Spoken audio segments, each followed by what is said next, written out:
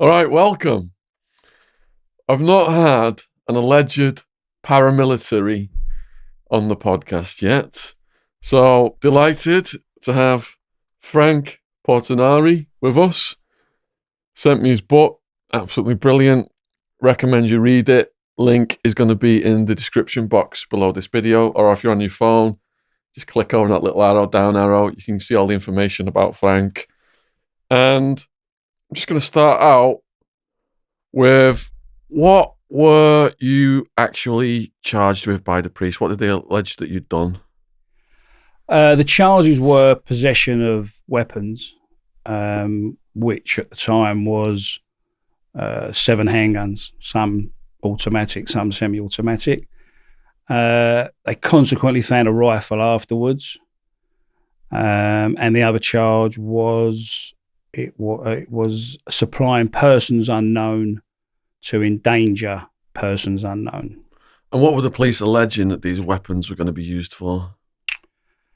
They clearly said they were for offensive weapons. I did try to convince my legal team that they were purely for defensive reasons. Yes. I clearly knew that wasn't the case. I clearly knew that they were going to be put into the hands of people that were going to use them, basically. And around the time of these events, were people getting killed? Oh, quite significantly. And who were these people who were getting killed? Well, I'd like to think in the main that they were either people that were IRA members, or they were certainly to some degree, where they were supplying them with information or supplying them with weapons and so on. Could you just briefly explain who the IRA is? Well, the IRA would basically be the Irish Republican Army, specifically and recently as they would have been actually the provisional IRA, because the IRA had split on more than one occasion. And I suppose how they would probably want to be described, they were fighting for United Ireland.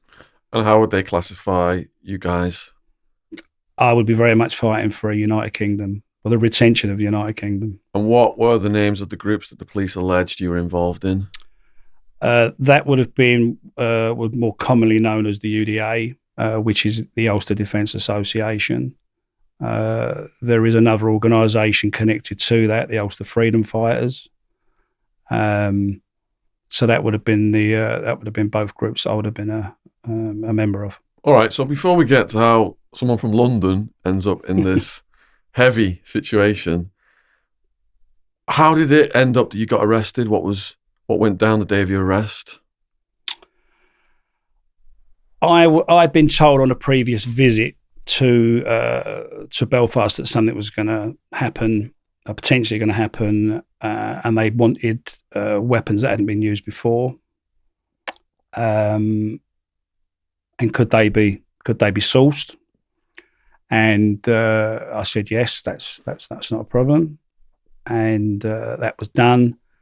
And one of our fellas from London was due to meet somebody in Birmingham over the course of a bank holiday weekend. This was in May '93, and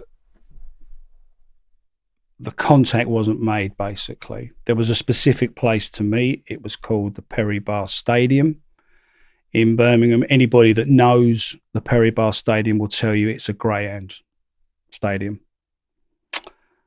The chap who went there stayed for some considerable time, probably longer than he should have, because he clearly didn't know at the time he was under observation, and returned to London.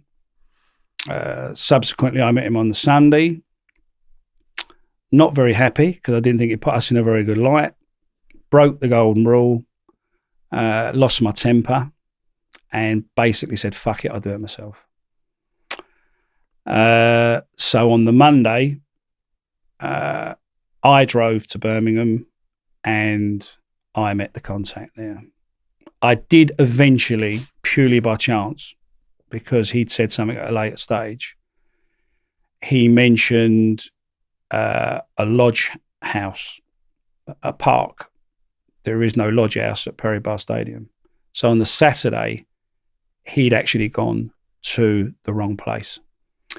unfortunately, my chap has been vilified ever since by the media that he'd gone to the wrong place. He's also appeared on television in a documentary where they did a reenactment of the events. So he's basically been accused of being the cause of us being captured, so to speak. And in fact, he was in the right place. On that day, did you notice anything suspicious? No, I will say this. At that stage, I'd probably grown a bit blasé. I'd had warnings. More than one occasion I'd had warnings. I wouldn't say I felt I was invincible, but yeah, I'd probably grown a little bit blasé. And I was asked to go to a pub where there was another pub opposite it. And I didn't know that there was a woman sitting there with a handbag, which consequently had a camera in, a video camera. Some of the bar staff were police officers.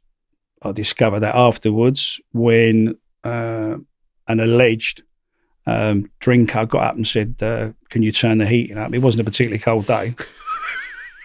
And funny enough, a journalist wrote an article not long afterwards called Turning the Heat Up. So it's, always a bit of a piss take, but there you go. And so that was to say the contact had been made. We'd basically met up.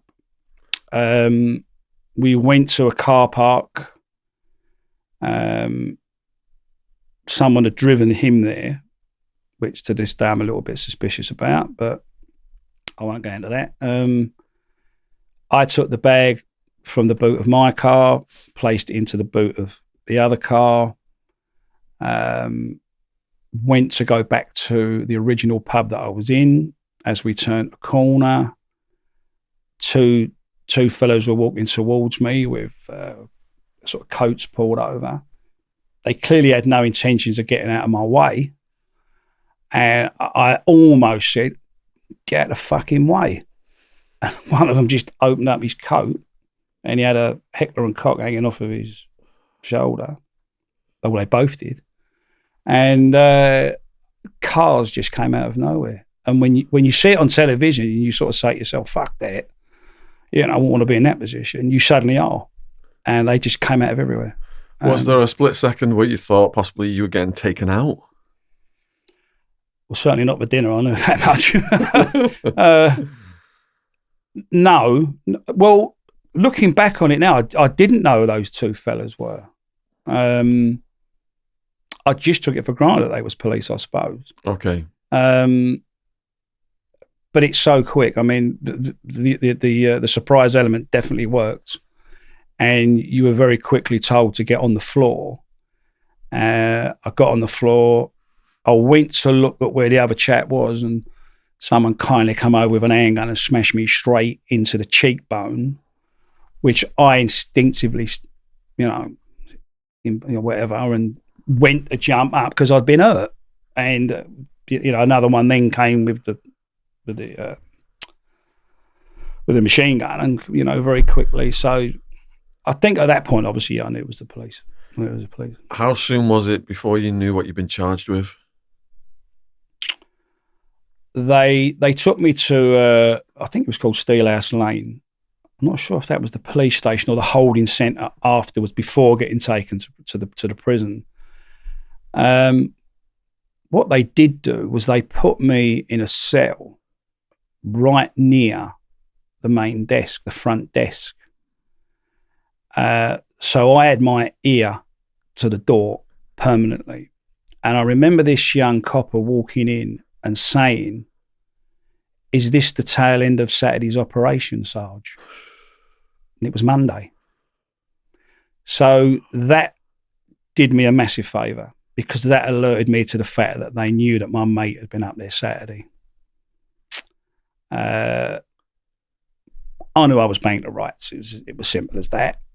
I was more concerned about conspiracy charges and things that had gone on in the past that I'd assumed I'd got away with. So it's pretty straight. It was pretty straightforward. It was pretty much, I'd got caught with a bag. I had to answer. I knew what was in the bag.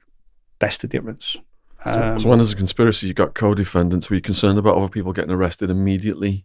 That as well, which I think it was why it was in everybody's interest that I pleaded guilty straight away, because it was damage limitations for me, and it was damage limitations for other people as well, and consequently nobody else did get arrested. From the jail, was there a way you could call a neutral person to set an alert out that you'd been arrested? Because of something we discussed earlier, that was the way. I see. Okay. That's why. And then where did they take you next? Can I quickly tell you something that they said while they was questioning me, which I was under the impression that the tape had stopped running, so to speak, and a sort of flippant comment like, well, Frank, you know what guns are for, don't you? And me, I said, yeah, I'm shooting people. The same way if you'd have said to me, what's that lighter for? I said, it's lighting a fag. It was put to me that way, and I said, well, it's for shooting. I didn't say the guns that I had were for shooting people. Yeah. It was a generalisation. That came back to haunt me slightly. Anything you say will be used against you. And when I've heard you say it so many times on your podcast, so you should have said it. You should have made these podcasts before I got caught. But yeah, I just thought it was a standard. Conversation. And during that interrogation, were they laying it on you like you're going to be doing a massive sentence? You need to cooperate with us, all that kind of thing. No offers of any deals. No comments about things they either thought I'd previously done or they knew I'd done. This is why I maintain that I believe that at that particular time, the peace process was pretty much coming into play. When you say the peace process, can you just describe what that means for the viewers? The process where I think most sides had realised nobody was winning. I don't think the security forces were winning. I don't think the IRA were winning. And who's fighting who? Well, the UDA were clearly was set up as a defence organisation. So basically what the army couldn't do and what the Royal Ulster Constabulary couldn't do, and also the Ulster Defence Regiment, which is a legal division of the army, what they couldn't do and what people felt they weren't providing the right protection for specific communities, specifically interface communities, that's why people decided to defend. When you say what the army couldn't do, which army? Well, they could. The British Army. They couldn't actively go out and assassinate people, for want of a better way of putting it. If there was a gunfight and they killed somebody, they killed somebody. Yeah. But they weren't allowed to actively go out and kill people. I mean, they've got their rules. So for want of a better way of putting it, we weren't governed by the same set of rules. It's like, I'm just writing about Escobar. I've been writing about Escobar for a long time. And the Colombian government was just at the point where he's got to go by any means necessary. So then a death squad was formed called Los Pepes, which was some of his former men who were frightened of him, which was some financed by the Cali cartel, police, military guys who couldn't kill people legally. They joined. So got this combination of people becoming Los Pepes, and then they're just, wiping out everybody that Pablo knows, all his workers, everybody. So that's where the paramilitaries were stepping in this situation that you're describing. Yeah. Okay, that's clear now.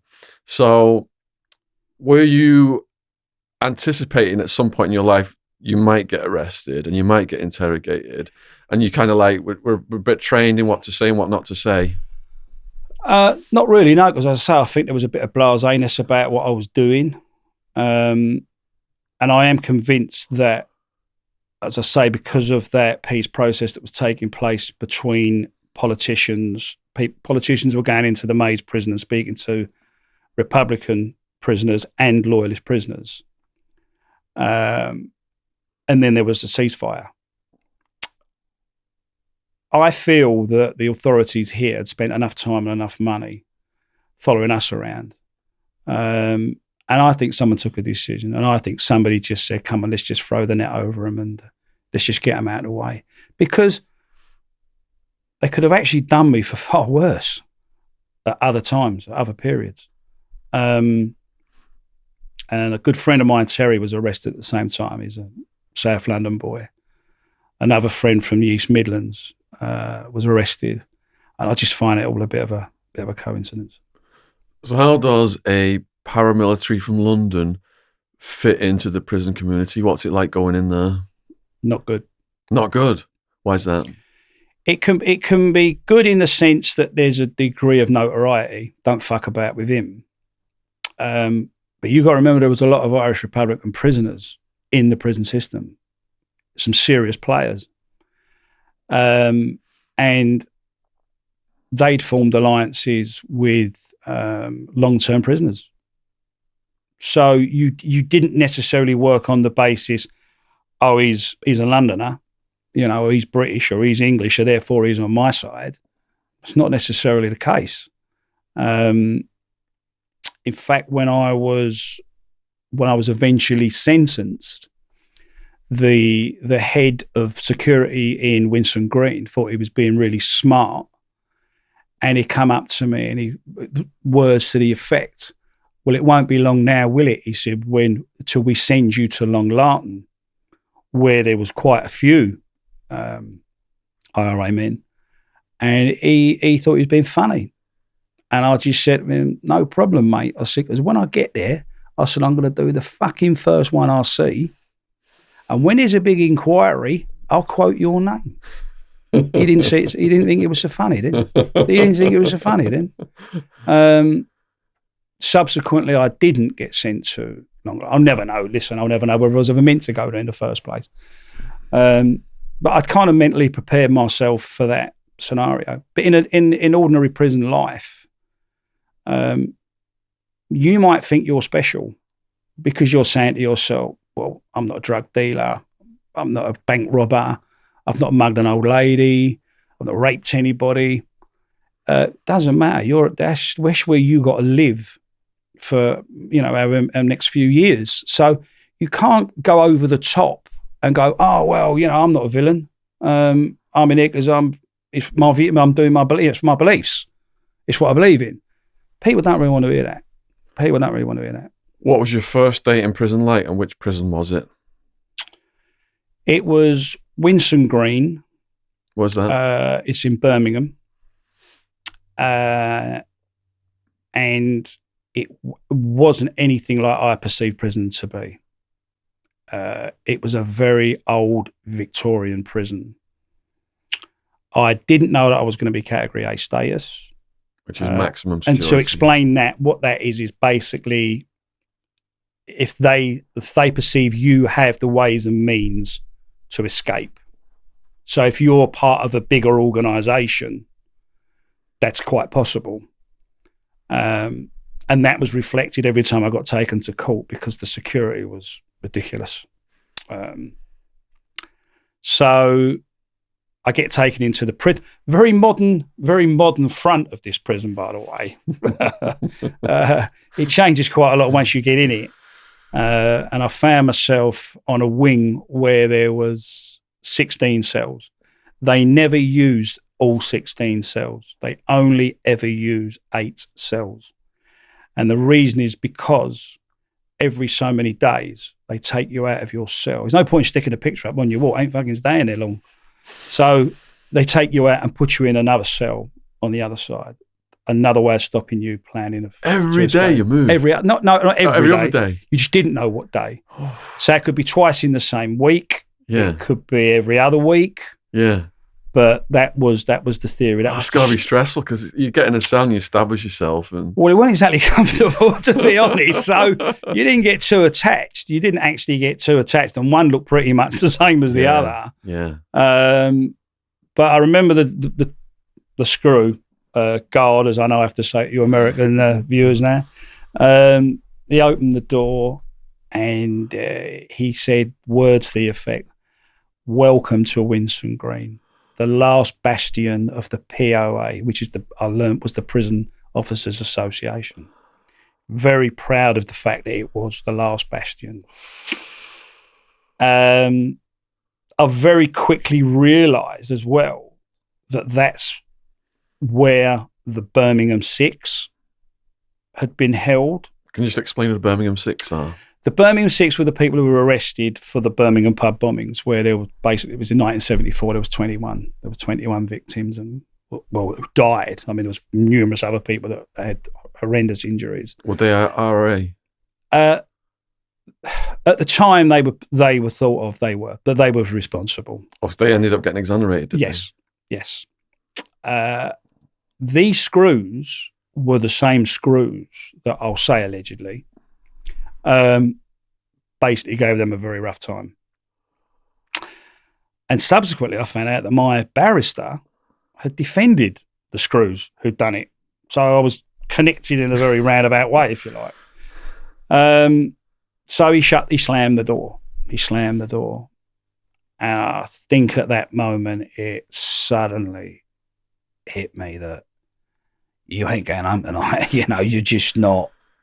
This isn't sitting around your local police station waiting for someone to come and bail you out, If they shared a barrister, the guards, with you, your lawyer was their lawyer, and you were fighting the guys they brutalised in prison, did that then give you a degree of respect from the guards? Because the enemy of my enemy is my friend? There was some of that. It depended how army fellas viewed you, and sometimes which generation as well.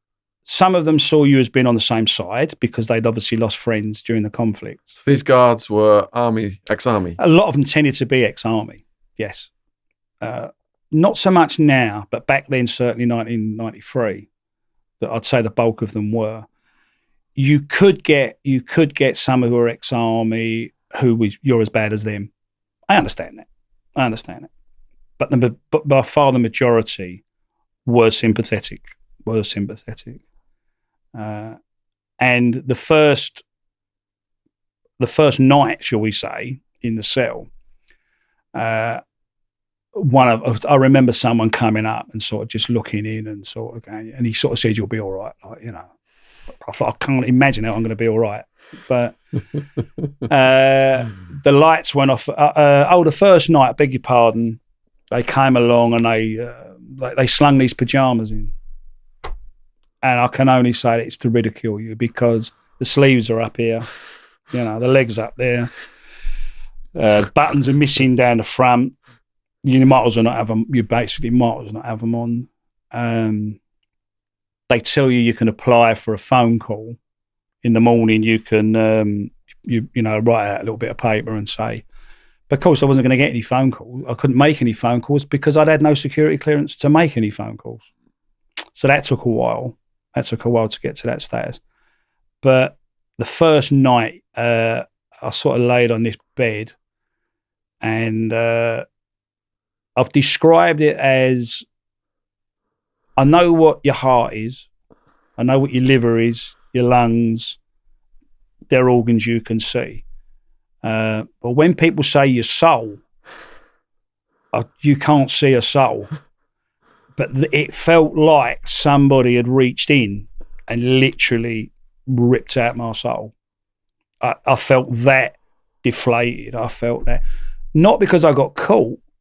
It was more what the consequences of being caught was in regards to my family. That felt really bad. Because I suddenly realised how vulnerable I'd left them. And that was not a good feeling. And it's never been a good feeling since, quite frankly. Were you having to fight the urge to call them and reassure them because you couldn't call them because you had to get security clearance? The only thing I will say is because I'd been with my wife so long, basically since we were 15, we kind of pretty much knew each other inside out. I had said to her one day, that there is something that only you and I know. If the police ever say to you what that is, you'll know I've caved in. And that consequently, that never happened. So you're in this Supermax cell then, first day, you're about to get moved around and stuff, so they can't, you guys can't plot escapes and things like that, I assume. Security. Who are your neighbours now at this point, and are you interacting with any prisoners? You're not allowed to. You weren't allowed to. They literally opened up the door in the morning. They'd open up the door in the morning, and there'd be a hot plate, and they would say to you, here's your breakfast. What was on your hot plate? Porridge. I can't specifically. It's probably egg and bacon. Was your adrenaline going like crazy from this arrest? Could you eat even? I've got quite a good appetite, as it happens. What I couldn't do was get rid of it, because it was a plastic bucket with a lid in the corner of the cell. And I refused for 4 days to demean myself and squat over that bucket. Taking a shit in the bucket. That ain't happening. I thought, that is not happening. So you held it in for 4 days. And after 4 days, I'm afraid the old system kicks in and you use that bucket. Oh, you must have been hurting. I didn't want to do it. Oh. And then you get the opportunity to go and slop out. So do you get the opportunity right away to get rid of it, or is it sat in the cell? Oh, once you've gone, yeah, you can. You can't just whenever you want to. I mean, there's a specific time that they'll say, look, we're going to take you out. But yeah, it was pretty. It was like Victorian conditions, to be clear. It was freezing cold. I literally used to get in bed with my clothes on, with blankets, and I'd go to write a letter. It got to the stage where your hands cramped up. You couldn't actually write the letter. You were lucky if you got 1 shower a week. You couldn't go to the canteen. You couldn't go to the gym. You couldn't go to church. You couldn't interact with anybody else. You didn't have any association. I did finally get to make a phone call. The only person I could phone at that time was my wife. I remember the first conversation, because I was looking at 10 to 14 years, and saying to her, listen, there's no way do I expect you to sit around that length of time. Wow. Where you make the phone call, there is a room adjacent, and somebody sits in there and watches the tape go round. The fellow who did that, when I'd finished, the reason is because if you say anything you shouldn't, they instantly cut you off. When I'd finished the conversation, he came running out, and in all fairness to him, he said to me, what the fuck do you think you're doing? I said, what do you mean? And he said, there's a woman there, he said, who clearly loves you and clearly wants you to come home, and you're basically saying goodbye to her. And I hadn't thought about it that way. He'd obviously heard that type of conversation so many times.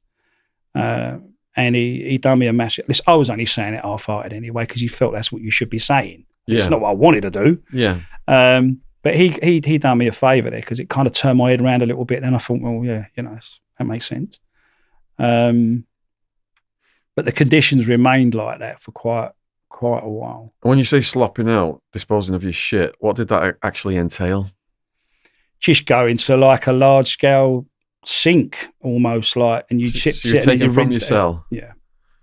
On your own. You never did it at the same time as anybody else. It was strictly on your own. Yeah. And how long was it then before you bump into other prisoners? The next day, you were told you were going to get exercise. You came out. You went to the end of this wing. And then there was a door, and then there was a set of steps that went down, and there was a small yard which had corrugated iron all around it, so you couldn't see out of it. No one could see in. And then there'd be barbed wire on top of that. And when I went down, and there was one other person walking around the yard who I recognised instantly. And who was that? Charlie Bronson. Charles Bronson. That was my introduction to prison inmates. What year was this then? 93. Yeah, May 93.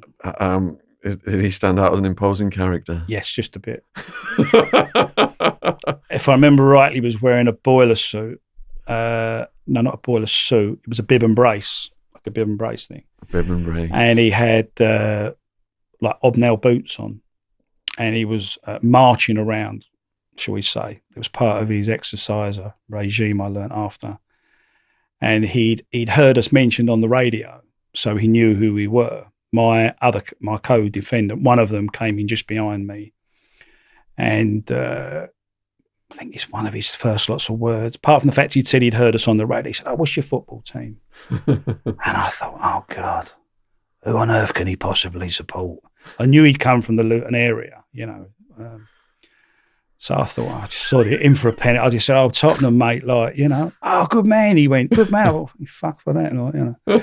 And yeah, and he just said what he'd heard on the radio. And my other co-D wasn't the tallest of people, came down. He was the chap from Belfast.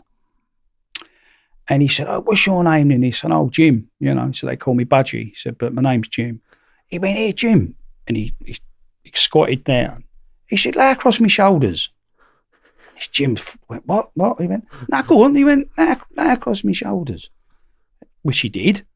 And he basically started doing these sort of press-ups, lift-ups, whatever. But it got worse because all of a sudden you heard this rip of the bottoms of the bib and brace. And I thought, oh, fuck's sake. And he just gave this manic laugh. It started off like, you thought, thank God he's laughing. At least he is laughing. So his crotch had ripped or something? Yeah. From doing these push-ups with your mate on his back? Yeah. But you couldn't know how he was going to take it, could you? Was he going to accuse him of ripping them, you know? Or was he rip my pants, you can't. That's what I was expecting. And he just gave this, thankfully, he gave this manic laugh. Yeah. And then the next day, the other Cody, the one that had been up previously he'd been arrested by now and he'd been questioned.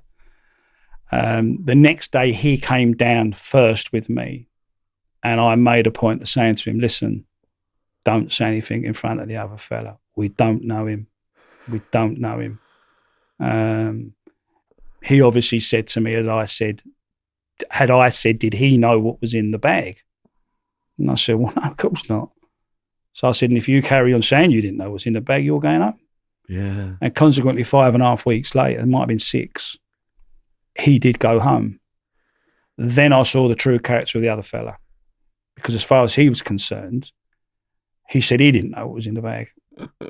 And I said, well, you got caught with it. He didn't. So you got a case to answer. That's when I first started to get a bit uncomfortable about it. Right, before we get to that, reading the book, there was another story about Bronson with the leg. Can you run that one down for us, please? Yeah. On the news, we heard that somebody called Michael Sams had been arrested for the kidnap of a lady called Stephanie Slater. And he'd kidnapped her and he'd made a box in his workshop in, I'll think of the name of it in a minute. No, I think the workshop, somewhere up near that way. Newark, beg your pardon, it was Newark, a place called Newark. And what he'd done is he'd arranged to pick up the ransom money he had like a scooter type thing on an old disused railway track. And they would lower the money down from a bridge, obviously when it's very dark. And then he was going to scoot off. And so, anyway, he got captured and he was sent to Winson Green. And at that time, I think it was just me and Charlie was on the. I think my mate had gone. The other fellow hadn't come. I think his solicitor had come along for a meeting, so it was just me and Charlie. And he came down the stairs, this Michael Sams, and I thought, I'm not having it with him. Fuck that, I'm not having it. There's no way I'm walking around that yard with that man. And as he sort of came down, I said to Charlie, I'm not having it, Charlie, mate. I'm not, and he was the same. It's only because I'd got in just before him, quite frankly. And the screws took him back up. And for the first time ever, Charlie wanted to get off the yard before me. We only got 15, 20 minutes anyway. So you want to be out as long as you can because you're banged up the rest of the time. and couldn't work out why he'd done it. Well, they wouldn't let Michael Sams have his false leg in his cell. It was propped up against the wall. So when I come upstairs, I noticed the leg was missing. So it didn't take a lot of working out who had the leg. And of course, he was taunting him. He was taunting Sams, and he was taunting the screws, because no one was going to be brave enough to go in that cell because he'd have battered him with the leg. So, one of those lighter moments of prison life. Yeah. So I take it he got moved then. Yeah, he did, and then God, it's infamous for some of the things that he did. How long were you out on a wreck with him though, or what period of time was that with Bronson? On the yard, as I say, you got about 15 to 20 minutes. Yeah. Well, how many days was it? You went out every day unless it rained. Yeah. If it rained, you were going nowhere. Yeah. So was it over a period of weeks you got to meet Charlie? And So a couple of 2-3 months for argument's sake. Yeah. He does a good rendition of Frank Sinatra, and he's got an habit of merging 2 different songs at the same time. So just as you're kind of getting into, I did it my way, you suddenly realise it's New York, New York. You think, hold on, how's that work out here? But great entertainment. If it was Ladies' Day at Ascot, for example, the screws would taunt him and saying, we're the ladies are going today, Charlie, and we're going tomorrow. He goes, your ladies are going today, aren't they? And he go, great, because all my mates will be fucking them. So you'd be laying in your cell, feeling pretty sorry for yourself and depressed, and you'd suddenly hear that, and it sort of perk you up a bit, perk you up a bit. Did you start working out with him then on his routine? No, where he was a nuisance was because they gave him a medicine ball. And all you heard for large parts of the day was ba-dum, ba-dum, ba-dum, where he bounced the ball up against the door and then the wall and the floor, I should say, and the door.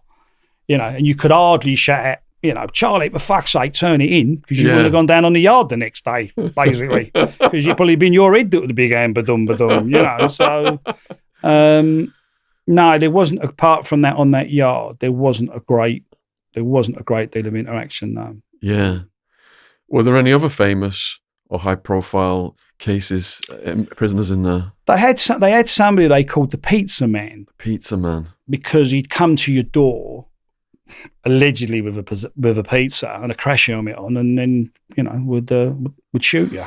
Would shoot you? Oh yeah, that's what he was there for. Not just a simple robbery. Then he was. He was there to do that. There was a chap there from Salford who, God knows how many streets he owned. It wasn't the most expensive properties, but there wasn't a family member that didn't own a house. Let's put it that way. Was that like one of the? Because he was a major drug dealer. Was that like Noonan or Massey, one of those guys? No. He wouldn't have been known to me because it wasn't my world. But as I was in the system, he was clearly known. He was clearly known. Yeah. I'm trying to think of who else there was. No, it probably would have been. They were probably Charlie and Michael Sams were probably the most prominent. There was a couple of young kids. They was in for murder. They were into their kung fu. Yeah, I'd had a drink, gone home one night, and got carried away and ended up murdering. Got murdered. So if Charlie's accepted you, then does that put you in the good graces of the rest of the prisoners? Not necessarily, because you never met them. It was just you on that wing. You didn't go. If you had a visit, for example, it was a Cat A visit. So initially, that was behind a screen. So you're on your own behind the screen. You can't see any other people with other visitors. No. And before you go, you go into a room and you have to take everything off in front of the officers and put on a separate set of clothing. And then you go into a very small space and there's two desks. Beg your pardon, there's 3 desks. One of those desks is 2 officers sit at the desk. And you want to hope that somebody else has got a visit so you can talk privately. But that never happened. It was always just, when I got open visits, that was just me and my wife. The first visit was behind a screen and my wife came along with my 2 daughters and I said, never again. Never again. Because You can't cuddle them. You can't, you can't show any real emotion. And to be honest, it was probably best I was on Cat A, because I was like a raging bull. And if I'd have been on an ordinary wing and someone had upset me, I dread to think what I'd have done, because I've never felt anger like it, just never. So I said, don't ever bring them again until I, and that took quite a while to get open visits as well. But as I say, there's no privacy. There's no, you feel like you're in a soap opera because the screws is literally just sitting there watching you. And it was a very, very difficult first visit, very difficult, because I did say to my wife, I'm glad I've been caught. And she said, what do you mean? How can you want to get caught? And I said to her, where did you think this was leading? Where did you think this was going to end? You can't adopt a position of responsibility and lead by example and have guns wrapped around you and not use them, And she asked the question. I knew what was coming, and she said, "Are you telling me you would have, you'd have shot someone?" And I said, and that's not something your wife wants to hear, is it? It's not really, that the father of her children wants, but it had to be said. It had to be said. So would you credit getting arrested with saving your life out of the perspective that A, you could have got shot dead, B, you could have shot someone and be serving a life sentence? And I've got no doubt. I think I started to understand the pressure of people that lived in Northern Ireland, because I know that if I'd have lived there, I would have been dead or I would have been serving a life sentence. I've got no shadow of doubt about that whatsoever. So yeah, the time I got caught was right. It was right. It was certainly right for me. So it was an unexpected relief. Yeah, if I'm honest, yeah. I suppose there was an element, well, there's nothing smart about getting caught. Some of the, how can I put it? Accolades might not be the right word, but when somebody shakes my hand or buys me a drink or pats me on the back and says, "Oh, well done, mate," I'm a little bit like, well, yeah, I suppose if nothing else, it proves, that I meant what I said.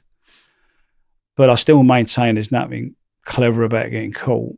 And unfortunately, the fellas who were clever enough not to get caught, they don't get any plaudits at all, do they? Because no one knows what they was up to. So yeah, it needed to come to an end. Yeah. How long were you in the Supermax for before you got reduced? It was 9 months. 9 months. Yeah, it was 9 months, and the first probably 6 months of that, there was no association. There was no luxuries, for want of a better way of putting it. I refused to go on visits after a while because I said, I'm not going on a visit stinking. I want a shower. And that was no guarantee you were going to get a shower. And eventually I wrote to the board of visitors and said, I'm not sitting there in front of my family, looking like I've just come out of a cave. And the cells weren't much better than a cave, to be quite honest. And after 6 months, they did give us association. And at that time, there was 8 prisoners. And they said, we're going to take 4 of you out in the morning. No, so I beg your pardon, 4 in the afternoon for 2 hours and 4 in the evening for 2 hours. And they put a pool table on the landing. And the first time I came out, there was a black fella standing with talking to the screws. And I said to the other 3 fellas that come out, I said, get back behind your door. And they said, what do you mean? I said, get back behind your door. I said, I'm not coming out here associating with a fucking rapist. This fella had raped a nun. He'd previously been done for rape. He'd done all sorts of, in America, obviously they call it home invasions. We would say burglaries. Because I'd made that stand, within 5-10 minutes, the heavy mob came in, what they called the Mufti squad, came in, gave me a little bit of a pummeling, and dragged me off to the governor, where he said, I won't have you telling my officers what they can and cannot do. And I said, I never told you it was what they can and can't do. I told them what I'm not going to do. And I'm not doing my time with a dirty rapist. Anyway, he said, I would remind you that everyone is innocent. He said, until they prove guilty. And I said, oh, really? I said, why is it he got 6 years for rape previously in Staffordshire prison and only done 3 years of it? He obviously didn't know I knew that because I'd heard people on the working wing talking about it. So I got away with that. And then the next day I came out at a different time to this other chap, we'll call him politely. Because there's no way could I have stood on that landing without that pool cue going round his head. No way. So, did it get to the point where you had to lay hands on anyone? Not in that prison. Not in that. Initially no, on the Cat A wing. Coming up to Christmas, I came very, very close to hitting a screw. What was the situation? At that time, I didn't have a wedding ring. And my wife said, I want you to have a wedding ring. I want people to know that you've got somebody outside who cares about you, etc., which I agree with her. But we were very dubious about having it sent in and me not actually receiving it. So I said to her, listen, when you come up on the visit just before Christmas, have it on your finger. And then when we're saying goodbye, just give it to me and I'll quickly slip it on my finger. So I come off the visit, which I hastened to add was not much more than 20 minutes. So she was coming up, when I was on remand, she was coming up 2-3 times a week. And it was costing something like £70 on a train every time because you had to get the early train and then cabs from New Street. Economically, she'd have run out of money. You know, I said to her, sell the car, obviously, and so on. Cash in some insurances and so on. But when I was convicted, it was, once every 2 weeks, I think. So she came up, she slipped the ring on the finger, went through the process of going back in the room, stripping off. I probably was a bit cheeky and said something to the screws, you get some sort of fucking thrill out of this or what? Trying to divert them away from me. Put the other clothes on, went in the cell. And in a very, very short space of time, the screws came to the door and he said to me, have you got an item of jewellery? And I said, no. And he said, are you sure? I said, no, I haven't got any jewellery. And he went, show me your hand. I showed him my hand. Of course, it was on there by then and so on. And he said, give me the ring. And I said, no. He said, I'm giving you a direct order, which can be, they can charge you then. You see, I'll give you a direct order. And I said, I'm telling you now, mate. I said, the governor, the Queen of England are not getting that ring. I said, you're going to have to take my finger off. And I went back in the cell, same format. I came in with all the black, the boiler suits on and all this and a little bit of knocking about and so on. Back in front of the governor. It's probably the PO. It's probably the senior PO actually for that wing. And he said something to me like, it's coming up to Christmas, in the spirit of Christmas, and you've not really been any trouble to us. They could have charged my wife. She could have been in trouble. So I was being very careful what I said. And I said, okay, thanks very much. I appreciate that. But you've got to apologise to the officer concerned. Just couldn't imagine me doing it. I thought, you little snake, And mainly because of the thought of my wife could get in trouble or they could stop her visiting again, I just turned and said, I apologise to the officer concerned. That was about as conciliatory as I could get. So I got to keep the ring. I got to keep the ring. Yeah. So are you still on sentence at this point? How long is it before you're going to get convicted of something? In between this, obviously, I've had contact with a barrister, and somehow, God knows how, I'd convinced the barrister to fight my case and go not guilty. And I thought, no, I can't do that because I know I'm going to get convicted. I know it. And I had to say to him, look, it's all well and good for you, but if it goes wrong, it's 10 to 14 years. I'd rather take my chances, go guilty, and throw myself at the mercy of the court, so to speak. So eventually he did sort of comply with that. That's similar to the US plea bargain system then, where if you go to trial and lose, you get the Supermax aggravated sentence, to make an example. So I think I went to court in February time in 94. Yeah, 94. What was that like, getting sentenced? For me personally, it was pretty cut and dry. I mean, I knew I was looking at 10 to 14. I was content I didn't have any further charges. I think in my head, I was saying to myself, if I got 8, I'll take that on the chin. Is it the case that you would have to do 50% of the sentence? 2/3. 2/3 back then. I think anything over 4 at that time, it may well have changed, but if you got up to 4, you knew that you was going to do half. Okay. If you did any more than that, you did 2/3. I see. So then you relied on parole at halfway. Okay. So if you do 9, you're going to you get 9, you're going to do 6. Got you. Yeah. But possibly, as I say, 4.5 if you've behaved yourself, so to speak. What did the judge say then when it was announced? Well, what happened just prior, we were in the holding cells, and my co-D was going not guilty. And I agreed with him not to go not guilty because I think he had every chance of getting off, because they couldn't prove what was in the bag, or that he knew what was in the bag.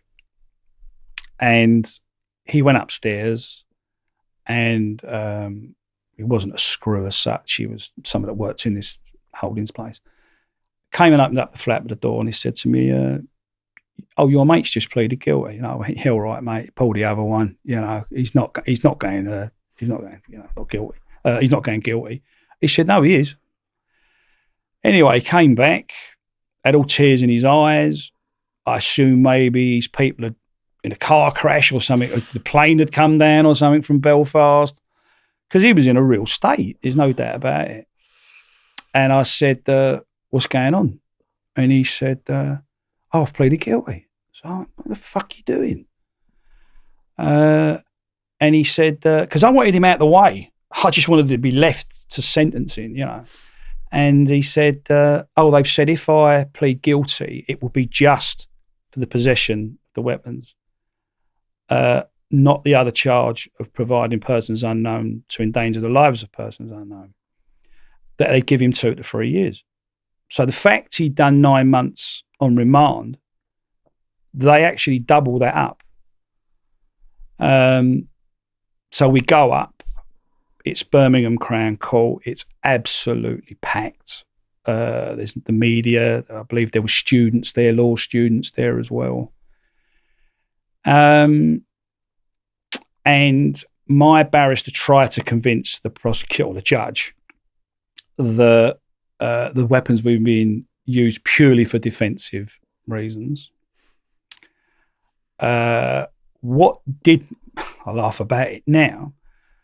The press had absolutely slaughtered me. My 3 local papers had slaughtered me. I'd had a 4-page pullout eventually in the Daily Mirror magazine. What kind of headlines were they? Oh, local caretaker, Gunrunner and so on. And, some of it true, some of it completely made up. But where they tried to demonize me and where they tried to alienate me from my own people was they called it a ropey old haul of weapons. Amazingly, on the day in court, it suddenly turned into a deadly arsenal of weapons. Nice. The judge used terminology like, well, if you lay down with dogs, you've got to, expect to pick up a few fleas, and so on. And he made it perfectly clear that I was the main person involved. And that I was looking down both barrels. His term was both barrels of a double-figured sentence. So I thought, fuck me, so we're going to start at 10 here then, and it could go beyond. A little bit more summing up, and now it's time to give the sentences. So I won't mention the fella's name. It's in the book. He says, blah, blah, blah. I sentence you to 30. And I thought, fuck. I thought he was going to say 30 years. So much for the plea bargain. And he went 30 months, 2.5 years. So it quickly worked out he'd done 9 months on remand. He only had 6 months left to do. And then it got very, very tense. Because it had been made clear that I was the bad boy. And he suddenly said, I sentence you to 5 years. So I stood there, and this screw, sort of court screw, went to sort of pull my arm, like as if to say, I went, what are you fucking doing? Like, because I was waiting for the next bit that was going to top it up to the double, double figure sentence. And I stood there, and he went, no, he's give you 5 years. And I think his name was Judge Rougier, his name was. And he got up, and I looked in the gallery, and some of my mates were sitting there, and they started putting their thumbs up. So instantly, I put my thumb up. And the radio mentioned it later on. He turned to his friends in the gallery and put his thumb up. And I was in a daze. I was in an absolute daze. You've never seen an happier bloke walk out of a dock who's just been convicted, as opposed to somebody who'd got off. Because when you heard him say double-digit sentence, you must have been on the verge of pissing your pants when you heard that. Not really. I would have been very, very disappointed because I knew it was a 10 to 14 year sentence. Yeah. What I should have said to you was the panic that overtook my co-defendant in the cell was when he said to me, "Do you realise this carries a life sentence?" And I said, "Yeah." He went, "How long have you known that?" I said, "Well, ever since I spoke to my barrister." And then I looked at him and I said to him, "Well, thank fuck you didn't know, because I dread to think what you'd have said." Anyway, we go downstairs. His barrister passed me, and his barrister said to me, "You are a very lucky man." And at that point, I thought he must have told him everything. He must have confided everything for him to say that. So I had to play the part still and say, "Well, how'd you work that out, mate? I'm going to prison for 5 years." And he went to me, "You know what I mean." So he'd clearly told him all the ins and outs. I went into a little room. I was allowed to speak to my barrister and his junior. And I said, "What's happened? What's happened? What's just happened?" And they both had a piece of paper. And the junior turned his bit of paper over, or whichever way round it was, one of them turned a bit of paper over and it had 10 on it. And the other one turned his bit of paper over and it had 12 on it. And I said, "Well, how comes I got 5? He said, what it was, he said, the reason why he mentioned the double figure sentence, because there were a lot of law students in the court. He said, now he'd just given your co-D 2.5 years. He gave you twice what he got. If he'd have given you any more than that, you'd have been able to appeal the sentence. Because it would have been a disproportionate sentence. I was getting same offence, all right, okay, he dropped the other charge in his case, but he'd given me twice what he got. So now I'm glad he pleaded guilty, because if he'd have pleaded not guilty and been found guilty, he'd have got a substantial sentence and I'd have got an even more substantial sentence. So call it fluke, call it what you will, it actually worked out quite well. So the judge blocked the risk of a retrial for appeal. Certainly an appeal of the sentencing. I see. Sentencing. Yeah. So you're going back to your cell on a high now. Your family must be happy.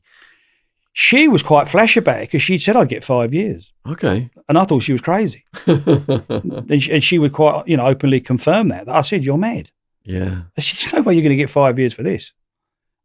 So, I did start to believe in God a lot more than what I had before, if I'm honest. Do you think to an extent then, because the British Army were fighting the IRA, you perhaps had a bit of sympathy there and that could have affected the sentencing, even though it was highly in the media and stuff? No? No. Okay. No, I don't think that came into it. at all. Okay. I think there's times I'll give the legal system some credit. I think when it comes to something like that, they're straight down the line. You've broken the law and that's it. There's no sympathy in that respect. Okay. What about then? Do you go to another prison now? No, what you do is you go onto the working wing. You get moved over, so now you're amongst the obviously the bulk of the prison population. Has it been all over the TV and stuff? Your case? Oh yes. So the first time we're going to get this evening association. He's in a panic. We're not going out, are we? You're co-defendant. You're fucking banged up for 9 months. I said, you're too right on going out on the wing. And even being a Londoner, being a Cockney in a Birmingham prison, you're not kind of sure how that's going to be accepted, So we come out, there's a set of stairs going downstairs, and there was probably about 30 odd maybe, people sitting down in like an arc, looking up at television. We come downstairs, 6 o'clock news, local news has come on. 2 men were convicted today, blah, blah, blah, blah, blah, the circumstances and so on. So this fella sort of turns around, watches us come down the stairs, instantly recognises us off the telly. So I thought, you got to bluff this out, son. You just, you got to let them know you're here. So I walked down the stairs. I said, all right, fellas. I said, you just seen us on the telly. I said, I'm Frank, here's Jim. Anyone got a problem with that? This black fella stood up. He was a monster. He fucking got bigger and bigger as he got up. And I thought, you fucking big mouth. You big mouth. Anyway, all of a sudden he went, thank fuck with that. He went, another Cockney. He went, I'm sick of all these Brummie cunts. I thought. Anyway, it turned out he was a gym orderly. Him and his mate were in, they'd been caught with a warehouse full of puff, basically, as he, described it. Don't worry, son, he says, I'll get you down to gym and all that, and, 2-3 times, whatever you want, like, and all that. I thought, oh, lovely, thank you very much. So it kind of worked. The bluff kind of worked, but within a couple of days, I was opposite somebody in a cell who was a cleaner. So he was the first out, last in, and he used to stand outside his cell with his broom, like, There'd been an incident when I was on Cat A that an IRA man had come in and he was talking to this particular fella. And they finished off one conversation. He said in Gaelic, Choki Allah, which means our day will come. Well, I jumped up off my bed and the windows are all barred, there's no glass. And I said, I'll give you fucking Choki Allah when you get on that yard in the morning. That morning, because I had not clapped eyes on him yet. He'd not been on the yard yet. He'd literally just come in. And the next morning, one of the screws came, and I'll never forget his name, Woodward. And he'd been in the army and he'd boxed for the army. And he came in and he went to me, you listen to me, he said. You're in enough trouble, he said, as it is. I've met your wife, I've met your children, and they want you home. He said, don't make it any worse for yourself. He said, I'm a born and bred Brummie. He said, I fucking hate him. He went, you let me take care of him. And I went, fair enough. Thanks very much. Went down on the Cat A yard that morning. He wasn't there. A few days later, he went to Steelhouse Lane because he was due up for a hearing, a bail hearing or something. Somebody else who'd been there on the day said that they went in the holding cell he was in afterwards and had it scratched all over the wall, IRA and a particular brigade of the IRA, So when I came out of my cell the first couple of days, this fella was always giving me daggers as and I thought, I'm not having this. Anyway, I asked if I could put in an application to see the governor. Didn't want to see the governor at all. I just wanted to get out of the cell early in the morning to catch him as he come out of his cell. And as he came out of the cell, he stood there, and then he went to go back, and I ran in and I slammed the door. Well, I just pushed it. I didn't actually slam it; would have been locked in, but I just pulled the door over. And I basically said to him, you look at me one more time. I said, no, I'll shove that straight up your ass. I said, now, I know there's some people who probably fucking pay for the pleasure of that. I said, but you ain't going to enjoy it. Never looked at me again. Never looked at me again. Again, it was just a case of you've got to set the boundaries here because this isn't my hometown. I don't know who knows who. And apparently he did come from quite an extensive Irish Republican supporting family. So I thought I need to get in. I'm not going to be the victim first. You know, if there's going to be a victim, it's going to be him. But we settled in. We graduated. We've been in the same cell together. We settled in. We were told we could now go to the canteen. We could use the gym. We were told we could now work and earn some money. They took us to the textile room. Horrified when I saw these sewing machines. And nice chap in there, you know, another ex-army fellow. And he says, oh, you know, don't worry. He said, I'll show you how to thread the bobbin and whatever. And I just called him out. I said, listen, mate, I said, fucking take me back to the cell. I said, this is not my game. I'm sorry. You know, and he went, oh, well, you know. Anyway, he took me in his office. And he basically told me he'd lost friends on HMS Sheffield during the Falklands War. And he said, look, you know, don't do that. Don't go getting yourself, you know, locked up all day. He said, it doesn't look good on your report. He said, I know what you're in for. He said, and he was sympathetic. He said, I'll find you something else. And in all fairness to him, he did. And he put us onto a big table where there was big sheets of PVC. And you basically put a stencil on it. One of you would draw around it and the other one would have a gauntlet on. And you cut around it. And you was making messenger purses or wallets for the MOD, for the Ministry of Defence. And we actually got twice the money that the fellas on the sewing machines were getting, unless they did extra work, they could earn extra money. So it was quite a prestigious thing he done for us, really, to be honest. It's good to hear because I think on my channel I've leaned towards more the dark side of what the guards have done.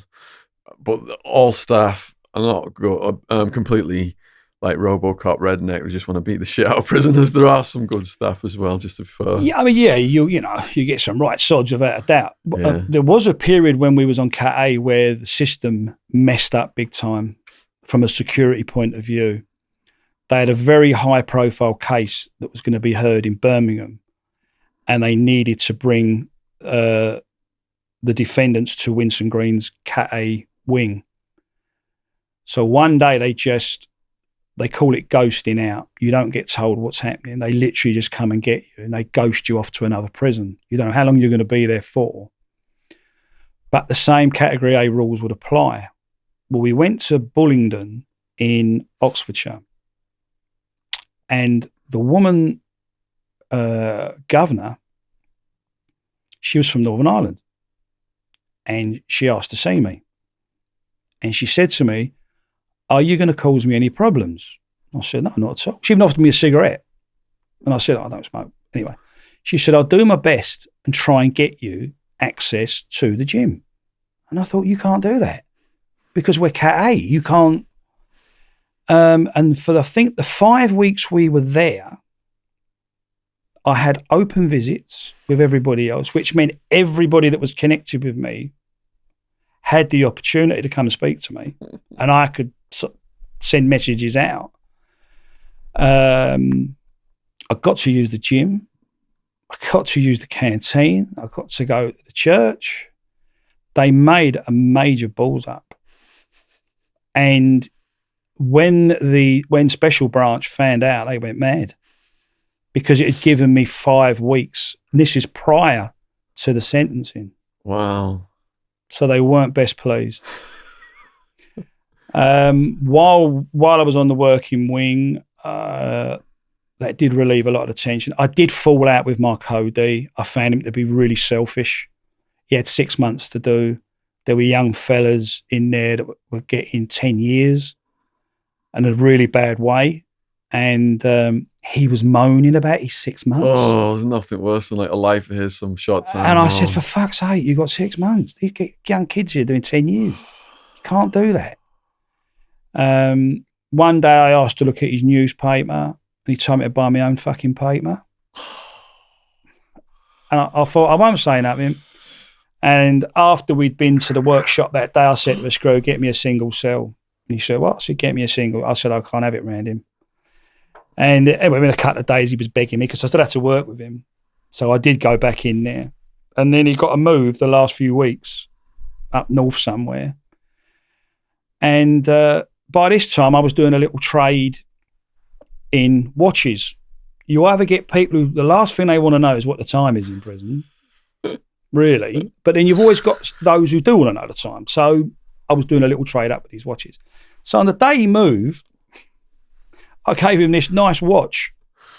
And his words were something like, oh, every time I look at this watch, I'll think of you. I'll tell you what, the next day, he must have gone round the nearest fucking pawn shop and pawned it because I never heard from him again. So much for sentiment, you know. But I was glad he was gone because I did feel he was a bit of a weight ram. I always felt like I was looking after him. I always felt like he's going to get himself in trouble, which in turn is going to get me in trouble, you know. So I was quite pleased he moved on. Did he get on the drugs in there? No, nothing. No. He wouldn't, and I wouldn't. Yeah, I wouldn't. No. yeah. No. So jugging, what's that about? Jugging, what does that mean, and what is? Well, when we got moved, I spent one night in Wandsworth. My one misdemeanor when I got there is in anyone who's been in Wandsworth will tell there's a big star in the middle of the floor. This is what Julian Assange is right now. And you have to walk around it in, apparently, I don't know if it's clockwise or anti-clockwise, whichever way it was, I went the wrong way, and this screw screamed at me like, you know, what do you think you're doing? You know, well, I said, I've fucking never been here before, have I?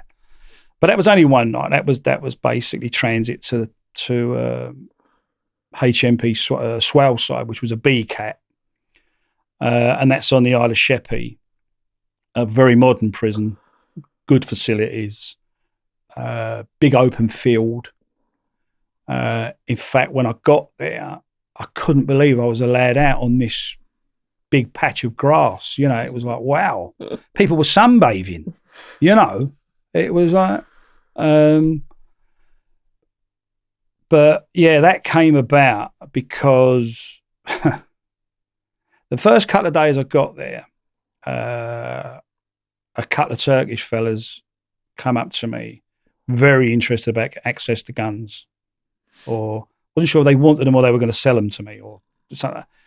I don't know who they were. I never met them before. And I said, listen, I don't want this conversation. You know, I don't even know you. They had a bit of sway in the prison. There was quite a large Turkish population at the time. There wasn't gangs as such, but people would tend to be what they call a landing was a spur. They called it a spur. So yeah, people did form alliances on there, I suppose, depending what you was into. I was quite lucky because I didn't smoke. So you was allowed to have 2.5 ounces of Old Holman, which was 5 packs, basically. And there's a point in the pack where you'd cut down the middle, you take the end off and then you'd seal it with that. And the rule was double bubble. If you give somebody, oh man, say got to give you an ounce back.